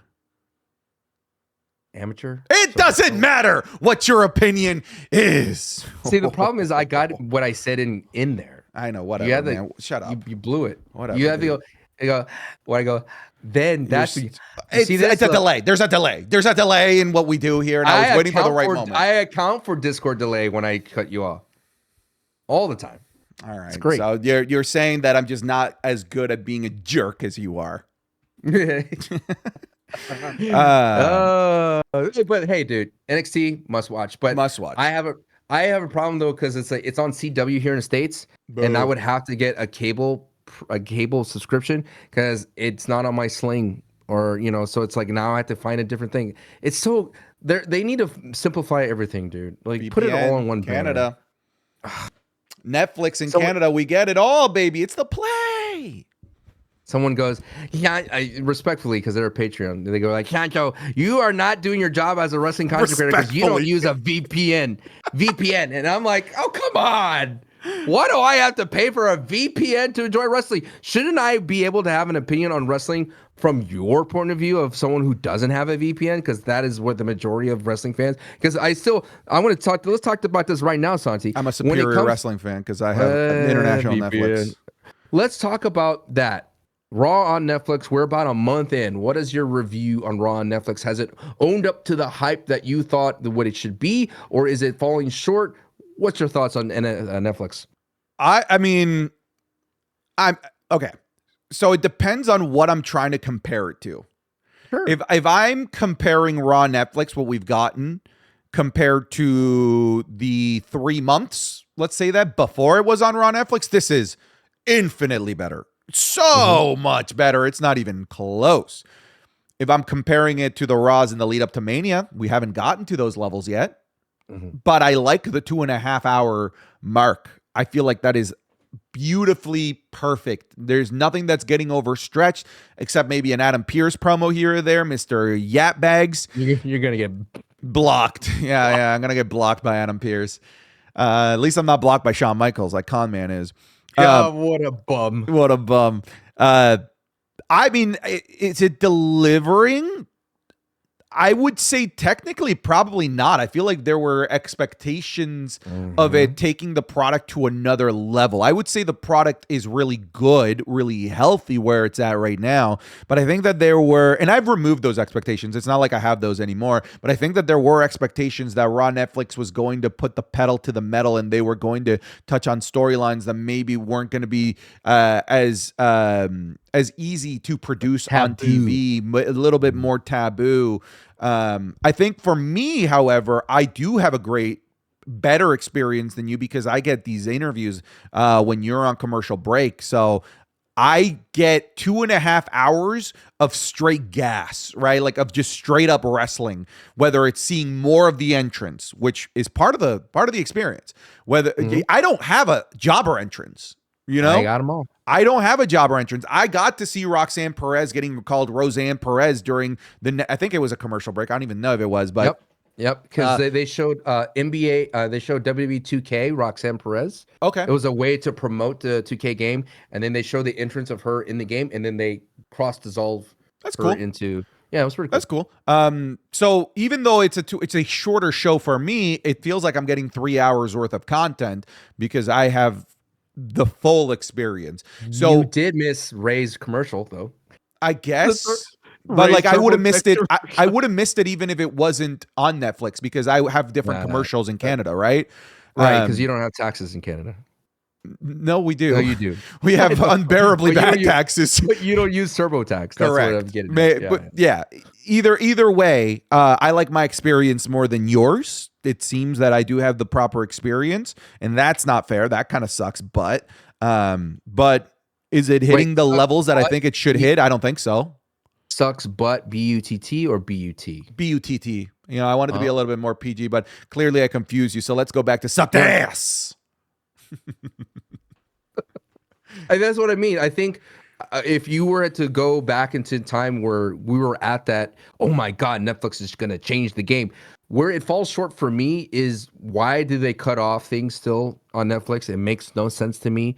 I wanted to see the beatdown of Ray from the New Day. And instead I got like a soft landing on that. I wanted something where it clearly showed them that they took out Ray.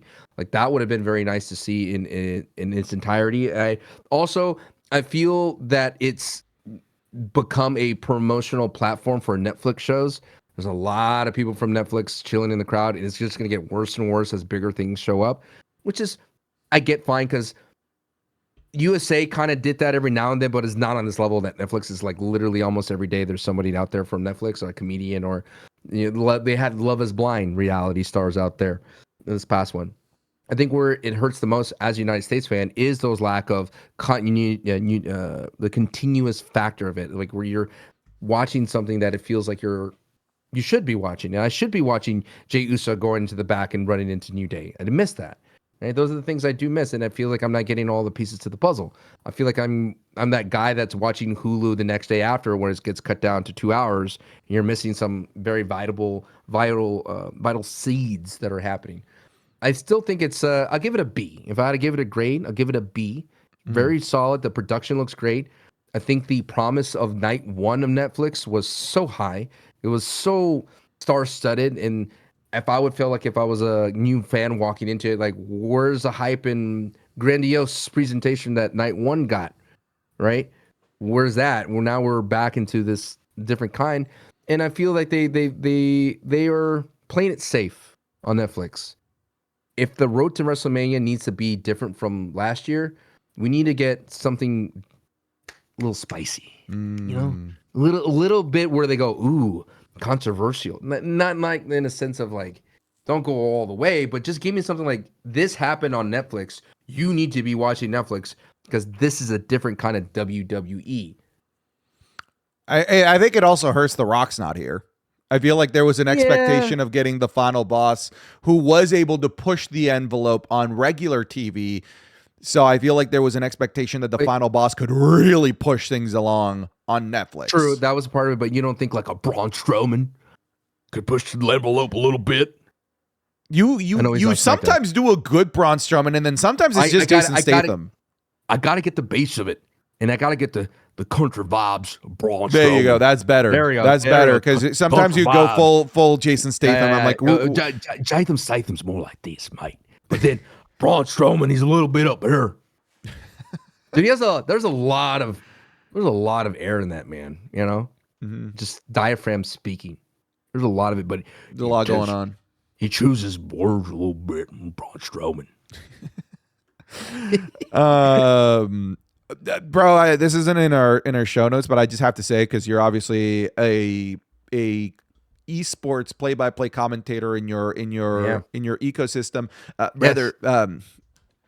Vic Joseph's so much better than Joe Tessitore. Oh my God, that was such a breath of fresh air. I'm starting to think that part of the reason that SmackDown drags is Joe. It's because, like I mentioned, we talked about it so many times, is Joe finds his lows, but his lows are really, really, really, really low. And he's still not 100% locked in. You know, Vic Joseph is experienced. He's locked in. And I agree with you because there was an air to what he was doing. Like, it flowed effortlessly. It was Wade Barrett would say something and Vic would be there and boom, is like, to be fair, they have chemistry. They did years of NXT commentary. Right, which is a case when you do esports casting. There's casting pairs. The best esports casters been with each other for years. When I was in Fortnite, my boy Shio, we were working hard, like trying to lock that in, dude. We would find rhythms and we would have hand signals because we work remotely. And I think that's where Joe Tessitore, because he is a part-timer, right? He has obligations everywhere else. He can't lock that in with Wade. There's you have to like grind with a caster. You need to travel. You need to hang out with your casting pair to get that in, and that's what Vic Joseph. Yeah. So like, for example, when Joe Tessitore does his thing, he's like this, right? He's reading off his script, right? He's like this. And then we have this and this, and he's like, "Oh, Kevin Owens, I feel that we have been unbiased to you, and that's Joe Tessitore, right? He's very showy, right? Whereas Vic Joseph, he is the next Michael Cole. I agree. Like, I'm all in on Vic Joseph, and this is the crappy part of the business in esports, and it's the crappy part of show business, is the moment you step out to do something else and someone slots in your place, it asks you go, ooh, maybe we should have Vic Joseph instead of Joe Tessitore. And I don't think Joe Tessitore garners enough views and like that pizzazz that Pat McAfee does. Where Corey Graves, and I think Corey Graves is definitely in the doghouse if he wasn't there on SmackDown, but I feel like Corey Graves had a valid problem, but a lot of people like to point the fingers at Pat McAfee.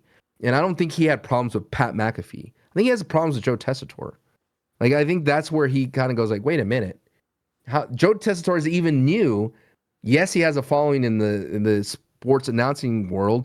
Yes, he's done it all, right? He has the experience that the WWE likes, but he hasn't put his time in like a Pat McAfee. Pat McAfee's actually wrestled. He's actually been in WrestleMania and all these things. I think that's where they think that's where the rub is, because I think Corey and Pat are cool. They could hash out their stuff. But Corey and Joe, that's a whole different story, dude. That's like a corporate problem that I'm sure WWE did not want.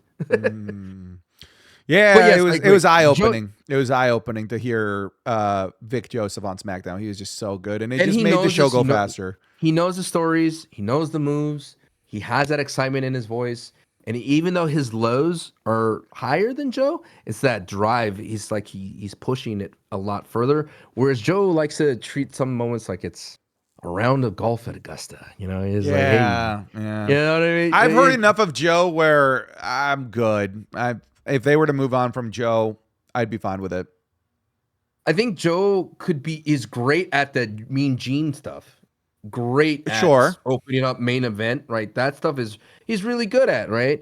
But when you start SmackDown, and it's not like, it's interesting now, we're past the honeymoon phase with Joe Tessitore. When you start SmackDown, it's like we're live in Georgia, and here we have this match. Will they be able to do this? And you're just like, all right, it's not as hype as Vic Joseph, right? Or a traditional wrestling wrestler. And I think it's just more like they need you to tell Joe, like, Joe, you're not reading the newspaper, Joe. You're not reading the newspaper. But the thing is, he is. Mm-hmm. He's reading his script because he's not off book. He doesn't have the storylines internalized because he literally just got off a plane, probably from a boxing event. Like that's the thing that I feel that the WWE, it's like one of those. It's like a small wave that we're going, huh? We got to keep an eye on this because it could be something bigger later down the road. Agreed. But Joe does have good highs, though. His stuff with CM Punk and Drew was pretty solid.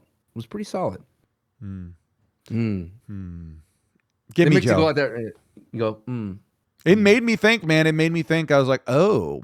That's why you never take off. Yeah. You never take off.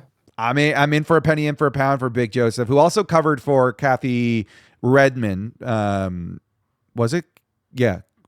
Is it Kathy Redmond? Redmond's the last time I know that. I don't remember the person. Jackie, thank you. I was like, that doesn't sound right. Jackie Redmond, who's working the NHL All-Star, which, oh my God, what a great All-Star game that they decided to do. Good God, it's so good. If I wanted to be my tribalistic self, if I wanted to bring that side of me, I'd be like, well, you see, AEW is like the NBA All-Star game where it doesn't matter. It's just blah, blah, blah, blah. Whereas NHL, brother, it's the real All-Star game. Yeah, real glass, real ice. Real ice are really, really telling stories in the All-Star game where the players care. Dude, wasn't it funny? Did you see this? Quickly aside, did you see how the Spurs got disqualified from their the skills and shooting competition? No. What happened? Okay, so it's one of those. It's like the slam dunk, the 3-point. Yeah. In this thing, they have two players and they have to like do skills like bounce pass and things like that. I know right? the event. Yeah. Right. I'm just explaining for other people that may not. Know. But Chris Paul finds a loophole, and what they do with him and Victor Wembanyama is they literally just toss the balls at the basket, so they could be, it's not based on hitting the shots, it's about shot attempts. So they just go and they throw it and they walk to the other one right, they literally just throw it like they don't care, and to get the shortest time. And they got disqualified because it wasn't an actual shot attempt, and they didn't even get an interview. They literally got like DQ'd, but it was perfect. It was so good. It was like, yeah, Chris Paul would try to do something like that. It's a great way to highlight the ridiculousness of the position they were put in, for sure. Right, because it's a skills competition, but it doesn't matter if you make your shots. You know what that's called? That's called it's like following compliance but protesting it.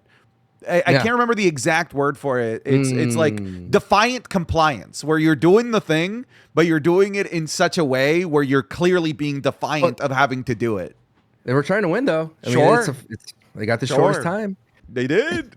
Dude, I feel like it's unfair. I feel like we need a booth review on that. They should absolutely have won that. They literally went. It was just so funny just to see someone just like a professional do that. But yeah, dude, the NBA All-Star game.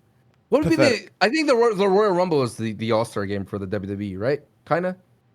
Yeah, I would say that's but it matters. It matters. Right. And like the everyone cares. baseball All-Star game matters too, because winner gets the home field advantage for the Yeah. World Series. Like there's just no the worst one is the Pro Bowl. The NFL Pro Bowl is actually pathetic. Oh, it's a flag It's a football farce. game. It's a farce, man. It's a joke. But NHL All-Star, bro, these guys want to kill each other. I love it.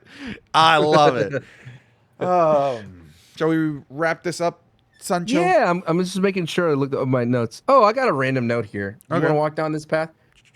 Go take me. I want a wrestler to be Popeye. The Like Popeye the Sailor? Yes. Popeye has For those who don't know, Popeye's copyright has lapsed. It is now past the digital whatever act. And you could do whatever you want with Popeye because it's been 100+ years. Why isn't there a wrestler out there, I don't care, indies, anywhere, like Popeye, that his whole gimmick is that his comeback is based on him eating spinach. And the entire time, the heels try to stop him from eating spinach. And they're like, oh no, he can't get to the spinach. It's over for him. And then imagine the pop when he grabs his spinach and he just guzzles that bad boy down, you know what I mean? And then he just comes back and he hulks up. That's what I want, dude. And now, imagine that, but Carlito with his apple. Okay, that's a good way to go into New Heat order because that's brilliant. I love it. Sancho, let's go into the New Heat order. Hey, Tell the world what it is. What a brilliant idea that was. Carlito and the spinach apple. It makes him instantly too cool. Yeah, he just all of a sudden just starts winning because I want a good Carlito, dude. I don't have my pins. Where did my pin go? Oh no! You know what? Because my daughter, like, she was walking around with a. Do you want to vamp while I go? Where's that daughter at? Oh, what's really cool? Quick aside. Well, I'm gonna go get a pin. I'll riff. As a content creator for wrestling, I feel that I'm missing out on teaching my daughter about pro wrestling. She likes it, right? Oh. But I don't have those, like, we're watching Monday Night Raw or SmackDown together, like the night of. She's 7, so she's past her bedtime. But my point is, I had this realization is like I am failing her as a pro wrestling guide, right? Yeah, I should be more of a shepherd. Brain early, bro. Right. And I got her into the Royal Rumble like years ago because it's such an easy premise, right? Throw them over the rope, they're out. The countdowns, all that stuff is very interactive. So I was like, well, do you want to watch the Women's Royal Rumble 2025? It's like, it has your favorite wrestler, which is Bianca Belair. But it's so interesting to see wrestling from her eyes because she's like, who's that princess? And it's Chelsea Green because she's wearing pink, right? Running to the ring. And it's so fascinating to see like who she thinks is a good guy, who she thinks is a bad guy, just based on what they're wearing, because that's what it is. And she's like, why is Zoe Starks a bad guy if she's wearing white? Like she's looking like a good guy. And I'm like, I don't know. That's interesting. Yeah, that's so many interesting things, but it's cool. Like I watched the first half of it. I just got to Alexa Bliss and she's like, ooh, why is she holding that scary doll? Is she a bad guy? I was like, no, she's actually a good guy. There's a lot to explain, but I'm now retaking that role of shepherding the next wrestling fan generation. Because do I want her to be a pro wrestler? No, I just want her to be happy whatever she does in life. But if she ends up being a pro wrestler, maybe she is the next Roxanne or Bailey, where they started watching wrestling when they were a young age, or Cora Jade. All right, I'm gonna go look for a pin. All right, you go into your journey. Oh okay. Man, ladies and gentlemen, we're almost 2 hours into the show. So if you're still here, thank you so much for supporting us in everything that we do. Wrestling has been a fascinating journey to be on in the past like 3 years since I've become a wrestling content creator. Like obviously I've been paying attention to wrestling my entire life, but to pay attention to it to the level that I do and literally talk and breathe, discuss wrestling almost 24/7, it's a little bit jarring that this is what I do. So I guess I'll take this moment to thank you for putting me in this position, because it is a dream job that I have here. Like I'd be, if not doing this, I'd be in the corporate world as a senior account executive was my role at a tech company, selling big companies pieces of technology and software. Interesting client that I had, though, was KFC. I went to KFC headquarters. It looked like Willy Wonka's chocolate factory, but like for chicken. It was like this big, giant, super obnoxious headquarters that was a replica of the White House in Washington, D.C. with like animatronic versions of Colonel Sanders, giving you the history. It's cool. That was cool. Different. But that's the world that I would be in instead of doing what I do. Right. And then here's Sancho. Welcome back. Did you promote an idea of unifying the women's titles? No, I actually I gave a heartfelt speech about how I love doing this for a job. Oh, okay. Not, peddle my terrible ideas like you decided to do. I'm glad that I inspire you to actually be human. What is that supposed to mean? I mean, you're Santi. I mean, you Santi. said that you would Santi. You said you would stop doing daily uploads, and here you are. Here I am. A month past. I am done doing daily uploads in the sense that I don't feel like I'm obligated to do them. I could stop tomorrow and I'd be fine. I still do because I want to, not because I have to. There's a big difference. Is it though? It is. Like literally it's a giant weight off my shoulders. Like not knowing that like if I don't have anything by 8 p.m. I could just be like, it's fine. So because my daughter took my pen, I took one of her markers. Here we go. Oh, Here we are. Oh my God, the heel turn. Boo. Boo. Stealing from children. We are in the New Heat order. It is about the pizzazz. If this is your first time watching, we kind of rate the wrestlers based on the buzz. What we want to do. We want to see them again. The buzz. So last week we had Jey Uso at numero uno, declaring his spot who's going to go against Gunther. And then we had Charlotte Flair, Logan Paul, Jacob Fatu, Kevin Owens, Drew Mack, Rey Mysterio, Bayley, Pretty Deadly, and Jimmy Uso. And I'm not going to upload these to my YouTube channel anymore because they don't hit as hard as my video essays. I want to kind of focus the channel being video essays. Like I said, my next video essay is talking about the WWE ticket prices. So who's at number one for you? Oh, this week? Could I say Gunther? That's pretty high up there. Oh, who else you got? Maybe like Jacob Fatu. Jacob Fatu had a big episode of SmackDown, confronting Cody Rhodes, confronting Drew McIntyre, Solo Sikoa, the big match where he was the big bad. I think it might be Jacob Fatu. I'm glad I walked you back from Gunther. I think Gunther's up there. I really do. You had a great week. Gunther's top four. Okay. Yeah, Jacob Fatu at 1. Any love? I don't like Jay this week. No, Charlotte number 2. Charlotte is going to be in the top for me. Yeah, we can do Charlotte number 2. Okay. Any love for Kevin Owens and Sami Zayn with their phone car interviews? No, I didn't like those. Okay. Any love? They might still be top 10 because of the unsanctioned match, right? But no, I don't think top 5. Any love for New Day? Finally getting like a really good heel promo in there. Yeah, and then immediately feuding with Hat Guy, No Hat Guy, and Rey Mysterio lookalike. Dude, what a mistake! What a mistake! Did you see him crush the hat though? No, I missed that. Xavier grabs it. He finds a hat because he's leaving. Right? Finds a hat and goes, and I'm like, oh my God. That took his entire identity right there. That's Hat Guy. I know. It kind of reminded me of Roman breaking the crown. Remember? Oh yeah, the plastic crown. Yeah. The Burger King BK. Have it your way. Any love for anyone from the tag team division in SmackDown?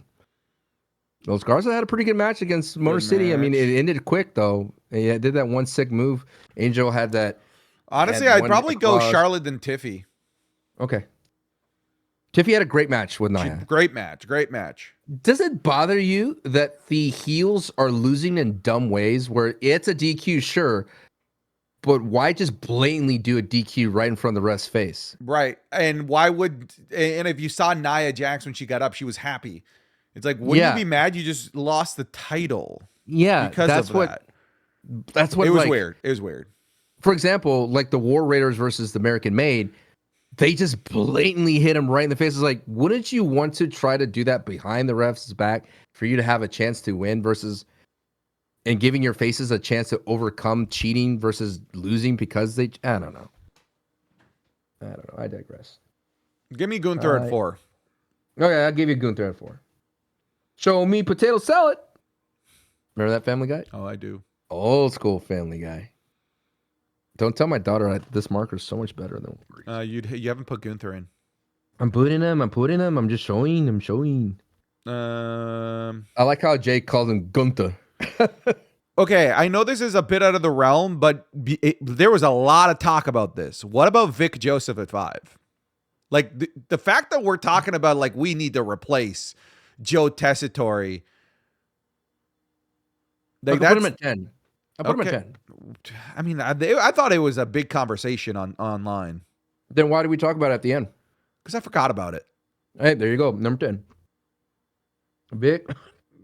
How's that your justification? Fine, whatever. You forgot about it. Hence, it's not buzzworthy to be high on the top. Brother, we didn't even talk about Jacob Fatu all episode, and he's number 1. Checkmate, idiot. We talked about him in the chamber. Hello. Okay. He's talked about. Sure. That's a stretch to say we talked about him. We did not talk about him. Any love for Squidward Cody? Wah. No love for Damian. No love for well, no, it's not about whether there's love for it. Like, a lot of people are talking about Damian. A lot of people are talking. I think Damian is worth putting on here, even if it's not something that people like. There's a lot of conversation about it. At 9? Maybe, yeah. Let's go 9. Let's go Damian 9. Go 9. Any love for our boy LA Knight being the number 1 contender for Shinsuke Nakamura? Yeah, I would put, honestly, I'd put LA Knight and The Miz on here. That was such a great promo battle and a great match. Once again, LA Knight going for low-hanging fruit, and when he's backed against the wall, he just calls you dumb. And he was getting destroyed. He was getting annihilated by The Miz, and he has to go. Yeah, he has to revert back to the "you're an idiot, you're irrelevant." Like, you call him a dork, and I'm like, The Miz was fucking killing you, dude. I know, and I tweeted that out. I was like, dude, The Miz at any moment could turn it on and torch you if he wanted to, because talking smack, Miz is the best Miz I've ever seen in a long time, because he cut down Daniel Bryan, who was untouchable. Yeah. So Miz at 7, LA Knight at 8? Yeah. Or you want to put them together? No. Not together. Miz ahead of LA Knight, honestly. Okay. Miz, LA Knight. And you know what? Who's like not even on this list is in the oblivion? Shinsuke Nakamura. He's not going to be on this list. I think 5, 6, that's Kevin and Sami. Okay. You know what the issue with Nakamura's run is? Why did they take the belt off of LA Knight to build up Nakamura and then not even build Nakamura up further so it matters more for LA Knight to beat him? It's dumb. I think it was dumb. Who's overhead, Sami or Kevin Owens? I mean, Sami got the unsanctioned. Oh, it's always match. Kevin. It's Kevin. Kevin Owens is ahead. Yeah. Kevin Owens is way more buzzworthy. You think Sami has the huevos to be El Generico? I mean, to call in his friend El Generico. To call in his friend? I don't think so. I hear El Generico is done. He's retired. What's the job below? Does KO wear an El Generico shirt? That would be so cool. That would be so cool if he wears an El Generico shirt. There you go. There's the top 10. There you are. There you are. Number 9, Damian Priest. Number 8, Number 8, LA Knight. Number 7, Miz. Number 6, I'm doing my Braun Strowman. Number 6, Sami Zayn. KO. 4, Gunther. 3, Tiffany Stratton. Number 2, Charlotte Flair. And 1, Jacob Fatu.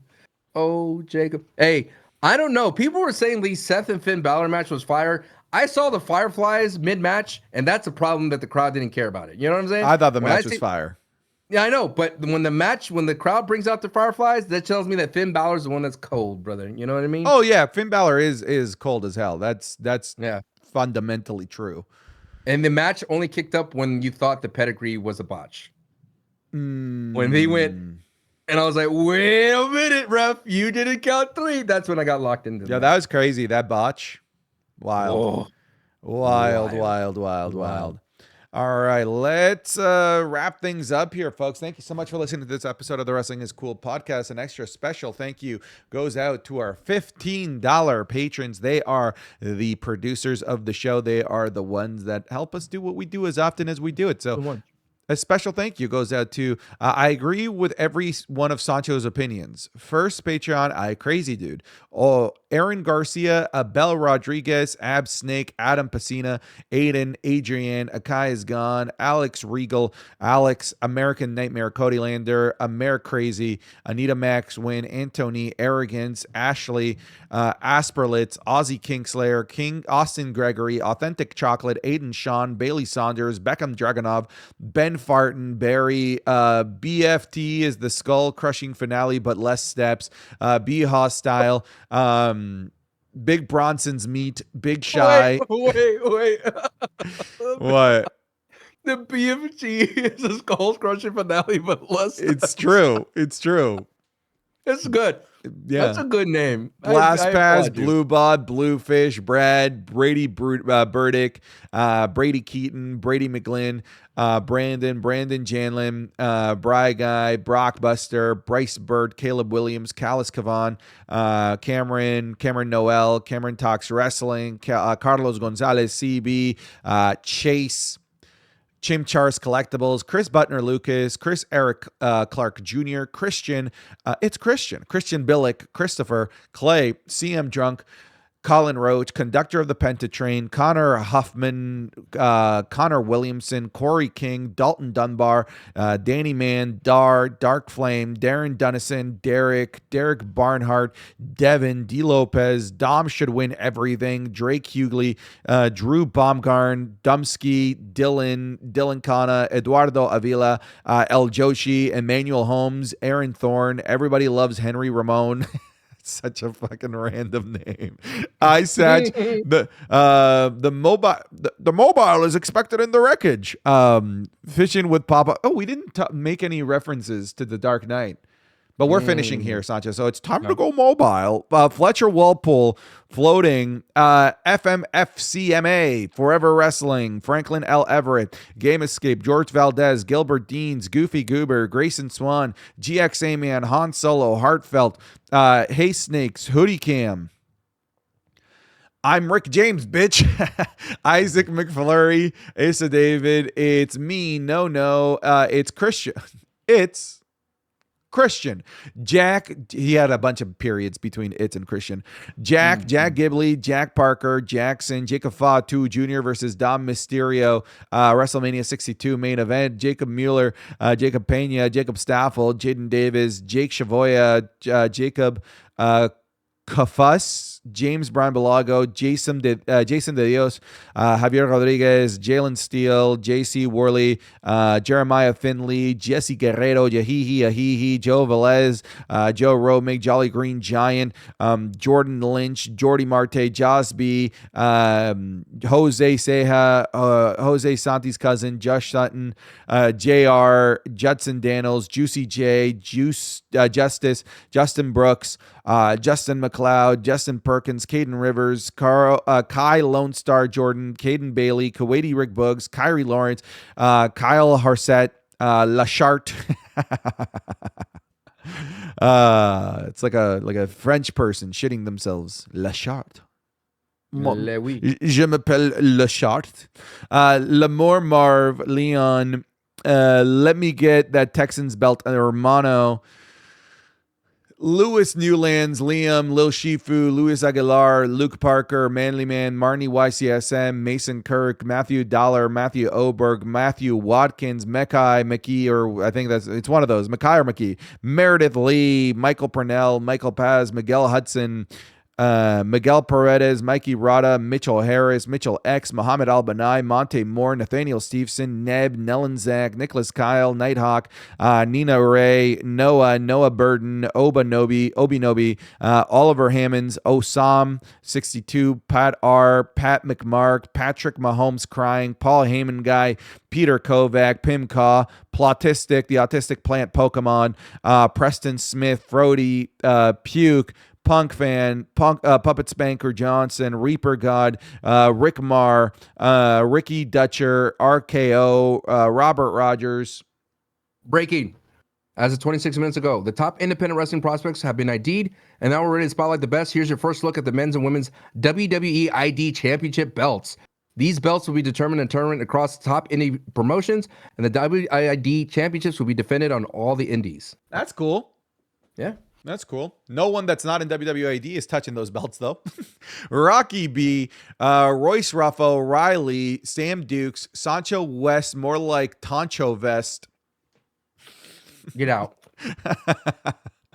Santi, the golden boy who oils up on Sunday. Santi wants Sancho to give him the glaze. Saudi Rig Boog, Scotty Bear 92, Screamo Scott, Semba, Seymour Butts, Shaggy WWE, Shane, Shay Carlin, Shitstain Nakamura, Sib God, Seller Alberton, Skuggiz Lism, Slowtoke Rodriguez, Solo, I love you, Solo, fuck you, Summer V, Soul, Squirt Angle, Stephanie Vacher, lookalike contest in my bedroom, Stucky, Sugar Shane, Super Malachi Galaxy, Taco Bullfish, Tanner Cloudis, Taylor Moon, The Final Pebble, The Nacho Man, Gabe D, Timmy Fitzmaurice, Toasty Boy, Tobias Burnett, Tom Lehman, Trent Head, Two Belts Tality, Ty, Tyler Free, Tyler Logan, V Charles, Vegan Penguin, Juan Pablo II, White Mexican, William Newton, Willie Cecil, Willie Fisterbottom,